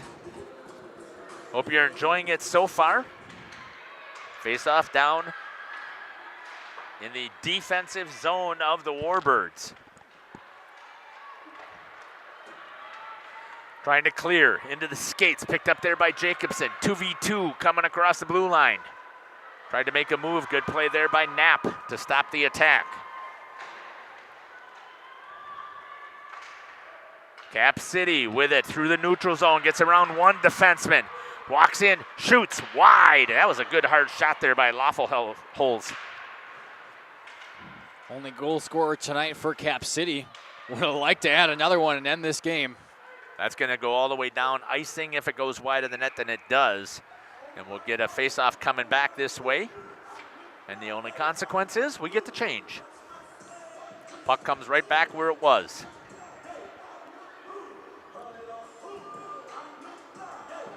So let me get this straight. You like that they're able to change, correct? Oh, absolutely. Okay, I thought so. I am glad the rule the way it is. There should be no consequence for throwing the ice all the way down the puck all the way down the ice. Watch any other level of hockey, including USA hockey. Youth levels are not allowed to ice the puck. I'm gonna write a strongly worded letter. Yeah, that'll change things. Strongly worded. I'll see. That might be your entrance letter into the School of Journalism at UW-Madison. You'll have to draft a strongly worded letter about. It's my first icing. assignment. How icing is stupid in high school hockey. Oh, good defensive play there. Trying to see who that is. I believe that is number 8, Adriana Getz, who laid out there to stop the pass into the zone. She's going to take it all the way. Walk. Oh, just off of the blocker. Had the chance right there. Still in punk. Punking it through is Coleman. And it's going to come back the other way. Numbers for Cap City. Into the zone. Looking. I don't understand. What was it? Offsides? Yeah, I didn't even hear the whistle. Yeah, I did hear it, but I can't believe. Another odd man rush there after an odd yeah, man it rush was. coming down for the Warbirds, who had a good chance at it. Just a blocker side save coming down from Martinelli. She barely got a piece of it, too. Good job there by the official to see it. What that was is a blue line turnover. BLT, you never play with the puck at the blue line, and the attacker for Cap City decided to do so. Going wide is Jacobson, pushed out wide, looks out at the hash mark from the outside of the circle, taken away by Cap City. Makes a move at the red line. Skating with it. Numbers again for Cap City. 3-on-2. Drops into the slot. Shot. Popped up into the air. Puck is loose. Coleman gets on it. Wow. What a recovery there by Kennedy Coleman. That puck popped up like a hard ground ball that just took a dip in the dirt. And Coleman's able to sprawl around, somehow find it midair, and flop on top of it to keep it from going in. Great job there by Kaya to stay on it after I forgot to switch off of her zoomed in shot. She saw it perfectly for us. Face off, again, Warbirds pulled out there by Bear. Cross ice pass, just chipped away, otherwise there was an attack opportunity there for Gilson. She's gonna try and go for a change into the neutral zone. Picked up there by Bear, drops it back to number 6, Aubrey Quinn. Drop down into the corner. 3 minutes and 35 seconds left here in the overtime. They do not do a double overtime, and they will not do a shootout because it has nothing to do with a conference title. Cap City way offsides. Good job there by number 28, Paige Nowinski, to regroup. There's a chance there, dropped wide as Rachel Ohm took the shot. Calls for it again down behind the net. Misses it. Hustling after it again is Nowinski. Brings it out to her defense. Stepping up. Shot towards the net into the shin pads. That's why you don't shoot from out there. Not when you have somebody closing in on you. Jillian Schuster misses it. Picked up by Cap City into the slot. Oh, right into the belly of Coleman. Can you believe that? What? Wide open on the backside. Save. Gets the one-timer coming back on the near side of the net. And Coleman just slides across the front of the crease and gets it right to her belly. My goodness, if you haven't seen some excellent saves tonight, I don't know what game you're watching. Wow. Great work here. Cap City had that baby won. I mean, that was it. Should have buried that baby. Good job there. Yes, it was put a little bit more towards the goalie, but either good move way. there by Gilson, taken away by Cap City. Yeah, that should have been the game winner right there. Again, the defense might be beat. Trying to get on the horse, can't get there. Good hustle by Kayla Dogs for the Warbirds. As the defense is aggressive, picked up there by Cap City. 2v2, tried to get it into the slot area. Good defensive stick once again. I want to say that's Getz. It is Adriana Getz. Having a day also on the defensive side. Picked up there, Cap City. Looks and taken away. Jacobson, could not get in. Warbirds are off sides. Yep, there's the whistle. 2:10. Hey, you cannot fault either one of these teams for the effort they're putting forth. Kaya, I think it's time for you to get some skates on and show your athletic ability. And I know you can be athletic. You can do it. 2:11 left here in the overtime between Cap City Cougars and the Warbirds of the Fond du Lac Co-op. Cap City is a co-op also, but Fond du Lac goes by the co-op. Stepped up, held in to the slot, taken away, looking for the pass. It was Brooklyn Coleman leaking out into the neutral zone. Skating with it is Jillian Schuster. Moves it over to the outside, over to Youngworth. Mercy Youngsworth into the slot, had a chance. Instead, it turns into numbers for Cap City. Again, into the glove of Coleman, and she squeezes it tight and gets the save. Wow. I mean, again, a breakaway. Another breakaway goal, but Coleman's there, just calm, collected, able to skate over on it, get a glove on it, no problem. She closes down. 1:32. Nobody's going to take a timeout, huh?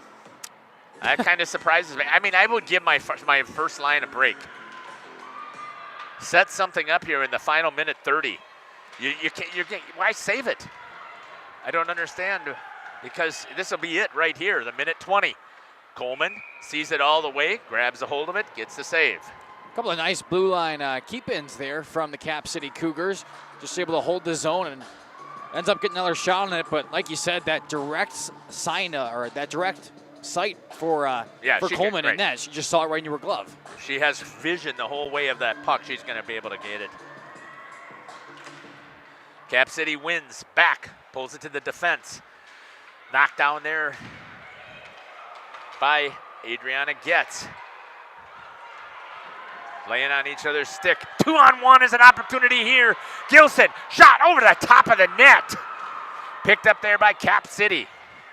Trying to get it out. Held in to 1 minute. Bear goes in there and picked up by Cap City. Banged off of the wall. Here's a chance. Numbers again. 2-on-1. Tries to turn the corner. Gets it into the slot. Taken away there by Kayla Doggs. She clears it up into the neutral zone for the Warbirds. Coming back the other way. Pass. Offsides. I didn't see it. Couple of costly offsides here for the Warbirds late in OT. Was it a blue line turnover? Was they playing with it at the blue line? No, nope. Just went in way too soon. No timeout yet. I don't understand this. Okay, 40 seconds remains. Held in there by the Warbirds. Youngworth shot, saved by Martinelli. Wow, good chance there by Marissa Youngsworth. Both goaltenders pulling out all the stops here in OT. They both just have to last 33 more seconds, and we'll be headed to a draw in this non-conference affair. Second one for the Warbirds. They don't want that. I mean, that's like kissing your sister. I knew it was coming eventually. Had to come out. Down into the corner. Rims it around. Pulled out there by Cap City. 24 seconds into the neutral zone. Dogs tries to clear. Is helped up against the boards. Pulled in. Puck is free now into the neutral zone. Coming back the other way. Chip down, going after the forecheck is going to be Marissa Youngsworth. Cap City up against the boards. Tried to clear cross ice. Chipped away into the neutral zone. Warbirds got to get back onside. They're offsides. That'll be a turnover, and that's going to do it. That will be the contest here at 1-1. Wow. Boy. I am pretty sure that's it. They're not going to do more, are they? Oh, they are. Why? Rarely do you go to double overtime. Okay, they put 3 minutes up. I guess why they're not, Jeff? That's why. We'll take a break. Let them do it. We'll step aside. More free hockey. We'll be back. Club combines a great golf experience with the unmatched beauty of the Waupun landscape. Originally built in 1927, many of the holes on the front nine play as they were initially designed.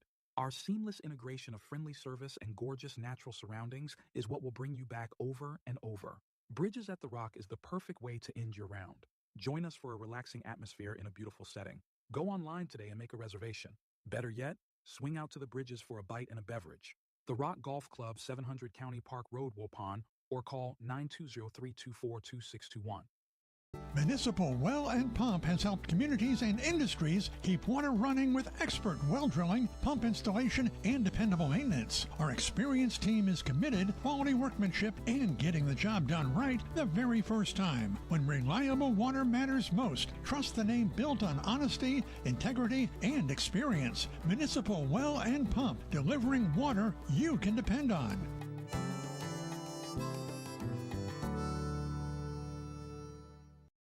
Planning a new building, whether it's commercial, ag, or residential, you need a building that will last. You need Pinot. Our experienced design build team will make your vision a reality. After all, we've been doing it for over 45 years. To start your next project, go to PinotBuildings.com and you'll learn about the Pinot difference. Pinot, built better for future generations.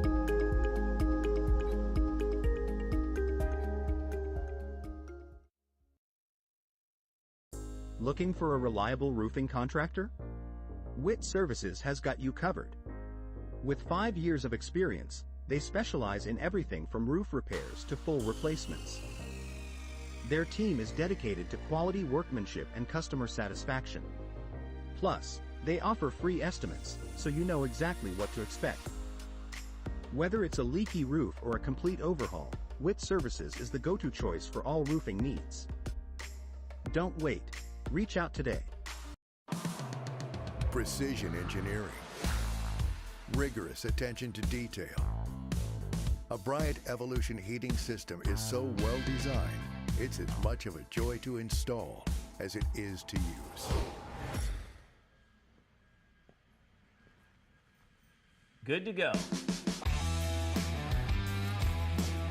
For the dealer nearest you, visit Bryant.com. AirTech Heating, doing whatever it takes. Welcome back here to the Fond du Lac Blue Line. 10 seconds before double overtime. I'll be honest with you, I cannot remember ever seeing double overtime, and it looks like they're going to skate 3-on-3 now for double overtime. So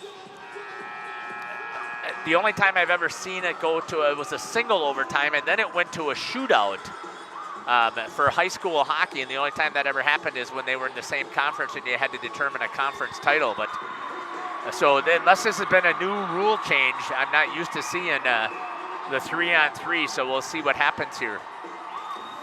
Well, 5 minutes for 3-on-3 hockey, and then are they going to do a shootout? Because I'll tell you my thoughts on a shootout as being a goalie dad. But here we go. First chance that we're going to see some 3-on-3 hockey.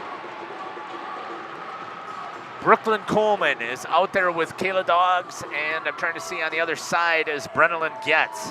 Number 5, Penelope Loffelholz with number 13, Abby Godfrey. And over on the other side is number 11, Lily Wagner. Warbirds with it down into the corner. Battling. Pull it out of the goal line. Walking towards the goal. Martinelli makes the save. Pokes it out. Who's got the speed? Dogs. Played there by Coleman. She brings it up into the neutral zone. Again, you play a lot more man here than you do in playing your zone area as a defenseman. So you're going to mark your person because it's going to be the person who's going to make the mistake. Both girls on the ice trying to fight for it. Centering pass, but it was a black jersey. Wide open on the change. Here's a chance. Walked out. Good play there by number 11, Dana Jacobson for the Warbirds. Coming back the other way. Gets it into the zone. Turns to look, looking for some help. Doesn't have it. Taken away by Cap City. And she's going to be exhausted. She'll fire it down, and that'll be an icing. Well, that's weird, Jeff. If she's exhausted, she can't ice that puck. You wouldn't think so, right? But she should have fired it from her own goal line instead. It would have been a more impressive ice. 4:02. And again, that's why I hate that rule, really. I mean, she was gassed. Yep. She was beat. She'd been out there for almost her full minute of a shift, having to go 3-on-3, chasing and then going up and down the ice, and you bail yourself out by dumping it. She did nothing wrong. She did nothing illegal. She followed the rules. I just think the rules need to be changed. Yeah, definitely not on her, just on the rules. Yep. She played definitely by the rules. Out there now is number 28, Maddie Gilson, along with number 11, Dana Jacobson. Cap City holding it in the neutral zone. No, picked up there by Getz. Shot into the belly. Grabbing a hold of it is Martinelli, and she gets the whistle. 3:41 of 3-on-3 hockey. Thought she had it, let it fall. Grabbed it right away. Yeah, I would say, of the two goalies so far, she's had a little bit more issues with the rebound control so far than Kennedy. Yeah. Coleman has. Brooklyn Coleman back on the ice, this time with Adriana Getz and number 22, Olivia Bear. Picked up there by Cap City. Number 16 is Macy Dull with number 15, Addie Swenson. Good move there, as well as number 26, Grace Allison. Skating up it, has room, a 2-on-1, trying to walk it in, gets into the slot, shot, save, puck was free, cleared by the defense of the Warbirds. Coleman, rebound control issue. That one, she's on the pipe, and she's going to get the save and the whistle as well as the net coming loose. Good stick skills to bring it in originally, and then a shot on goal gets bounced back out in front of Coleman. Couple of nice saves down there from the sophomore. Yes. Yeah. Gosh. 3:14. 3-on-3. Sudden death. First to score Walking in, shot just wide.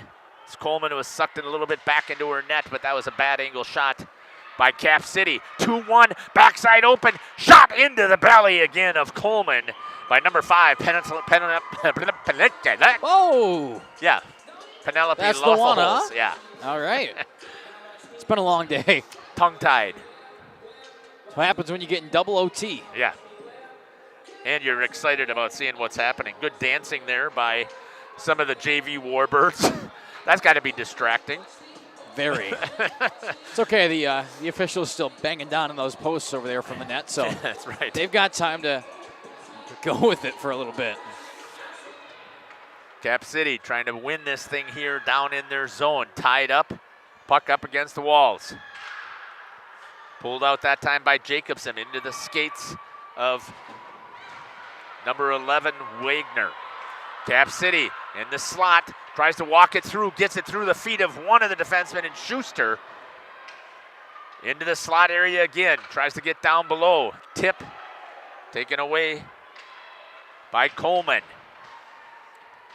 Warbirds have it, trying to get it into the neutral zone, picked up by Cap City, dropped down low, back on side. Warbirds on the long stretch pass. Oh, read there by Cap City. They just couldn't get it. Dumped into the corner, going to the bench to change. Cap City 2:05 coming out here. Where's the third Warbird? Oh, finally hops it, and now it's going to turn into a 2-on-1. Coleman. What a defensive play there by Bryn Brinkmeyer. Wow. Coleman cuts her off behind the goal line. Reversing it. It looks like Coleman is checking her stick, or she may have got bumped and not the wind knocked out of her. Held in there by Kayla Doggs. She takes a look. Shot wide. Marinelli grabs a hold of it. And a save at 1:36. What do you think, Kaya? Let's go for a whole nother game right away.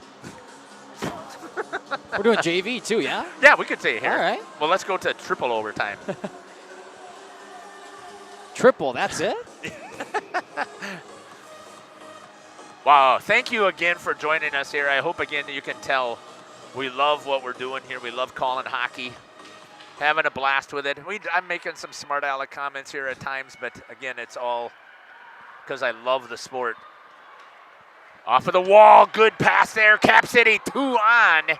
No, she missed it. I thought she was able to touch it up against the wall. They had a 2-on-0. If she could have grabbed that, that was just outside of the reach of Rachel Ohm. And we'll get a face-off coming all the way back down. Wouldn't be the first time today they had a 2-on-0. No. Jacobson looks a little gassed as she's got the stick on the knees, but her counterpart also, Rachel Ohm, does as well. Good shot there by Kaya of the face-off. Once again, Dogs tries to pinch. 2-on-0. This time, Cap City has the chance. Looking shot, missed it. Oh, instead of moving the puck to the other side with a little tic-tac-toe, decides to take it herself, and Ohm misses. Shot there by Jacobson, knocked down by Knapp. Knapp has it in the corner. 1 minute remains here in the double overtime. Knapp skating with it. Comes across the blue line. Drops it back to Ohm. She's going to cuts to the inside. Shot into the belly of Coleman. She turns another one away. 45 seconds. Cap City, numbers coming back this way. The Warbirds had it held in there by number 15. She walks to the center, misses, stays with it. 30 seconds, back out to the slot. Picked up there by Getz. Goes behind the net, tries to get the pass up, this time to her sister, Brenna Lynn Getz. Picked up here. Cap City probably has one time for one more rush. Knapp has it. Gets through. They've got numbers if they want it. Nope, it's 2-on-2. Slot right into the belly of Coleman. She squeezes, holds. 7 seconds remains. Ellen Knapp took that one the whole way, picked it up back by her own goal, took it across the blue line on both sides. And she's finally in the zone, just takes a shot that's not necessarily the best option, but running out of time. Kennedy Coleman standing on her head, turning everything away, as well as Sophia Martinelli. Coleman gets on that one, 4.6 seconds. Maybe Coleman should go out there and take the face off. Why not? Why not? Picked up there, Warbirds. That's going to do it right here. And it ends, I believe. And now I'm curious to see if Are they that's going to do the a actual shootout? end or what we're doing here. I hope they're not going to do a shootout. You don't want to see a little shootout action, especially. No, again, as a goalie dad.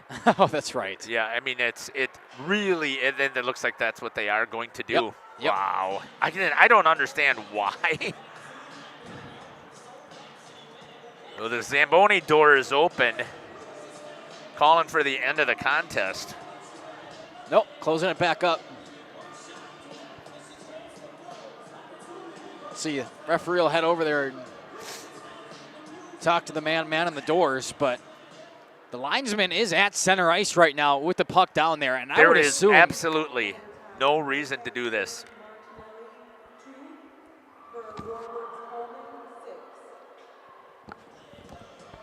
Kennedy Coleman, 6 saves in that overtime, in that 3-on-3. Sophia Martinelli with 2. So again, here's the thing. Both of these goalies have stood on their head. One of them's going to get the loss. Yep. Right? Yep. With no help but themselves. And why? Yeah, I don't know. It's tough, but again, if this is college, you're getting NIL money, you're getting a scholarship, you have the opportunity. There's absolutely, again, and I know that there's the purists out there saying, oh, let them get the win. If your daughter was the one sitting in net, would you be saying the same thing? Especially if they give up the goal. I don't know, you tell me. Because I've been there as a goalie dad. Yep. I know. Cougars will start on the faceoff. Penelope Lofelholz. So are they doing 3 or are they doing 5? I would assume 3.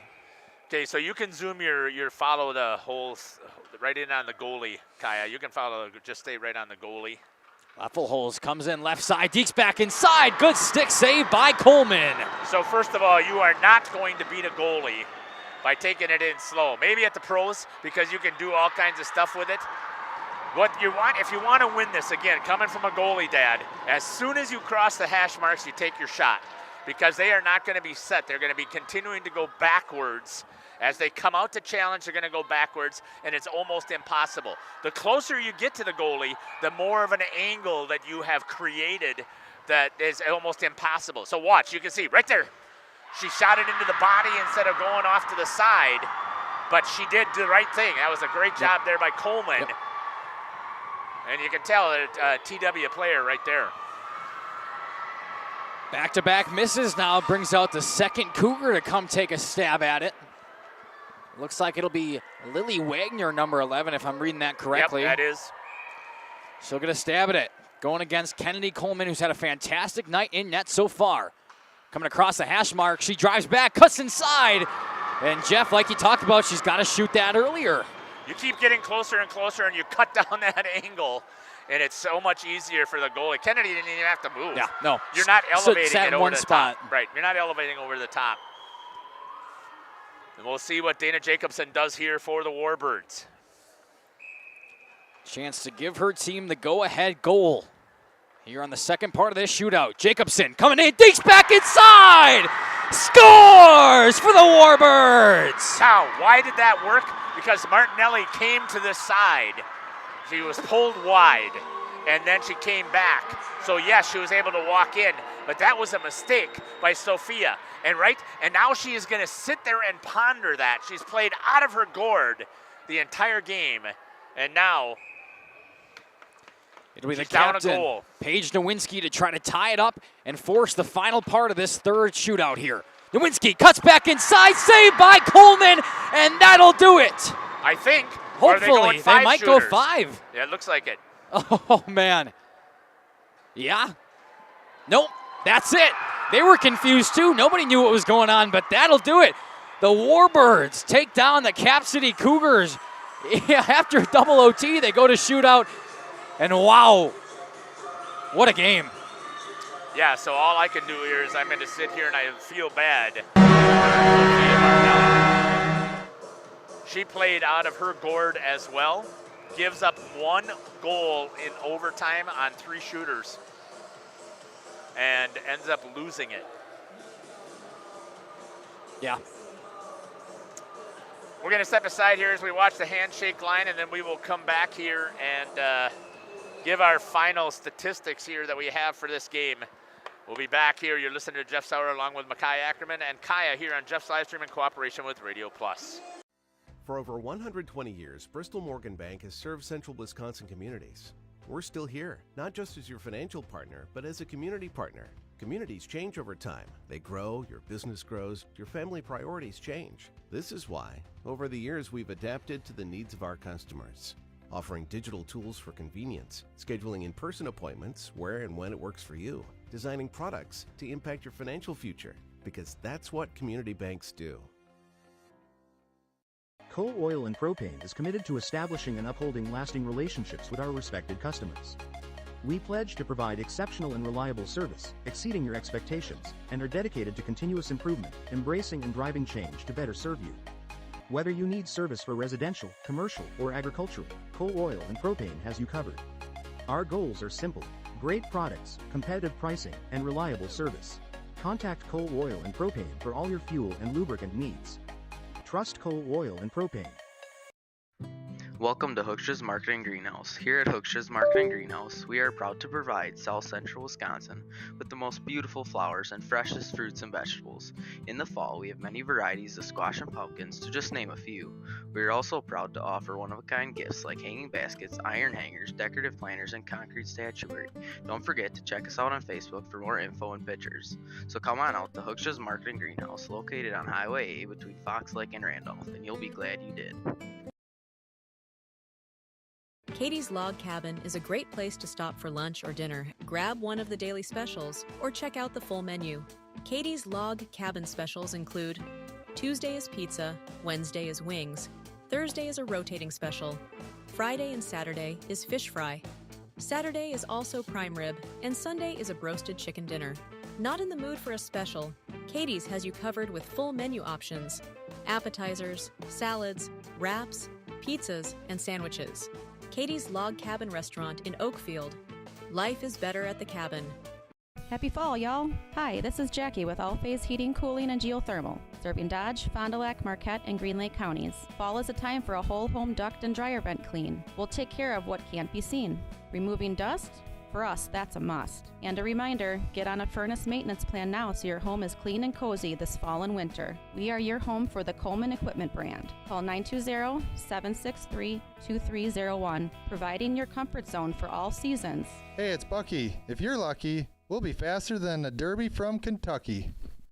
Thank you for your continued support over the past 50 years. At Verhaeg's Furniture, we're honored to be voted by you to be one of the best mattress stores in the Fond du Lac area for 2024. Our mission is to bring the finest in style, comfort, and quality to the Waupun area. We've teamed up with amazing brands like Ashley, Lazy Boy, Bestcraft, Marshfield, Best Home Furnishings, Mega Motion to offer you the best selection around. Free delivery to Waupun and the surrounding area. See store for details. Make your home a place you truly love with Verhaeg's Furniture Mart.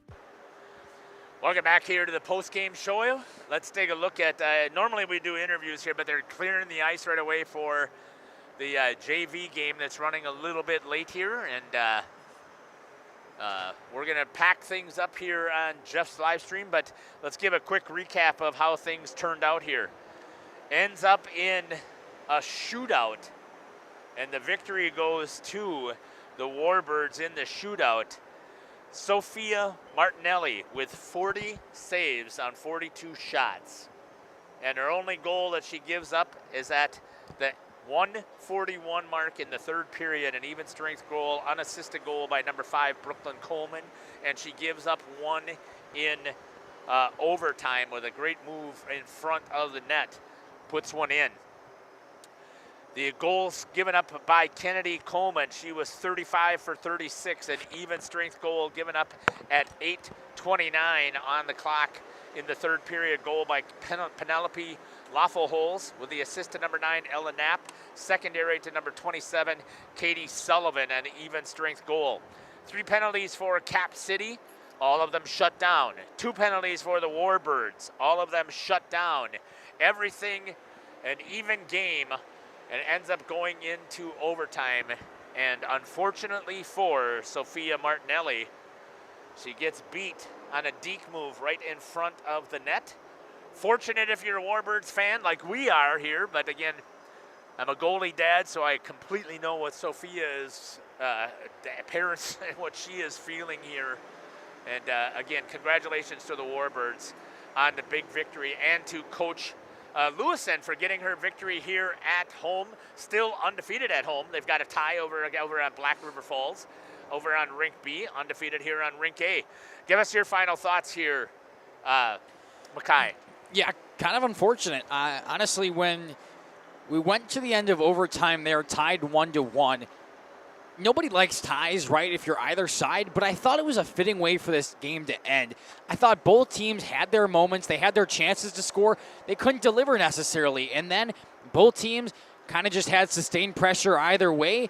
They played very similar games, aggressive style, physicality style, just their whole athleticism out there on the ice. 1-1 isn't great. Nobody wants a tie, but it felt like the right way to end. Then we come into double overtime, which we were not expecting. Both goaltenders are shut down there. Unfortunate, like you said, if you're a goalie dad, you know, you're thinking about Martinelli and her bus ride home and stuff like that, but it's just an unfortunate way to end for them. But we do get some closure. You know, 2-1, the Warbirds pull it out. Some people don't like the shootout. Some people will live and die by them. It's just the way of the game. So either way you look at it, I think it was a fantastic game played out there tonight. Both teams fought really hard, and it was a fun one to watch, that's for sure. The only thing that I can remember, so I'm going to try and go back and I'm going to find the rule book for NFHS hockey. The only time that you go to a shootout is if it is for a conference title, if your conferences are set up that way. And these two are not teams that are in the same conference, so I don't know why it went the way that it is. And again, congratulations. The Warbirds played outstanding hockey. So did Cap City, but they're going home with a loss on their record. Well, I hope that you've enjoyed the broadcast here. Mackay, thank you for joining me here. I had an absolute ball. I love calling hockey. Thanks for joining me here. Oh, of course, as did I. I'm glad you had me. One of the things that we do here always on Jeff's live stream, when we end our broadcast here, we always end with a prayer. So if you would like to join me here, I'd love to have you do that with me. Heavenly Father, we want to give you thanks and praise and all the glory for this wonderful day that you have given us. Anytime that we have blood flowing through the veins and oxygen in our lungs, and we get an opportunity for us to do live streaming, for us to watch these fantastic creatures that you have created, to come out here and compete in a sport that we love. We give you all the thanks and praise. So thank you, Heavenly Father, for that opportunity. Lord, we also know that this is a very physical sport. They're out there banging against boards. They've got sticks. They've got pucks. They're rubbing bodies against each other, and we know there's going to be bumps and bruises and some potential injuries. We pray, Lord, that you will be with all of these athletes here as they try and heal up from this contest here. And also, Lord, we ask that you be with Sophia. Maybe she's not feeling as much pain as I am feeling here with her loss, but Lord, we ask that you be with her, especially in their mental state, and we hope that she's able to accept the way things turned out and that she's able to handle this. And finally, Lord, we ask that you be with all of these parents and these athletes as they're traveling home. We ask that they will make it and that they get one more day to bring you praise and glory. We ask all these things in Jesus' name. Amen. Amen. Thanks again for joining us here on Jeff's live stream in cooperation with Radio Plus. We've enjoyed bringing you this broadcast. Congratulations to the Warbirds for getting the victory in a shootout. Kennedy Coleman shuts down all 3 shots, and it ends up 2-1. We have got a whole bunch of broadcasts. We got games again tomorrow. We have a basketball game that's going to be covered. Justin's covering a basketball game right now in Laconia. If you'd like to flip over there and watch that one. Sunday, I'm going to be calling 6 youth games, I believe is what I have on the schedule. I'm not asking that you to watch that. But then all of next week, we have got a full load, again, of games. We are constantly putting out 3 games, usually a day, basketball and hockey. And I know we've got multiple hockey games that are going to be covered on the 19th, so that we hope that you'll jump in there and follow us here. If you like what we've done, we ask that you subscribe to our channel and follow us as we continue through the season. The Warbirds with a victory here tonight from the Fond du Lac Blue Line. Take care, God bless, and we can't wait to see you at a rink or a court near us. Jeff Sauer signing off with Makai Ackerman and Kaya.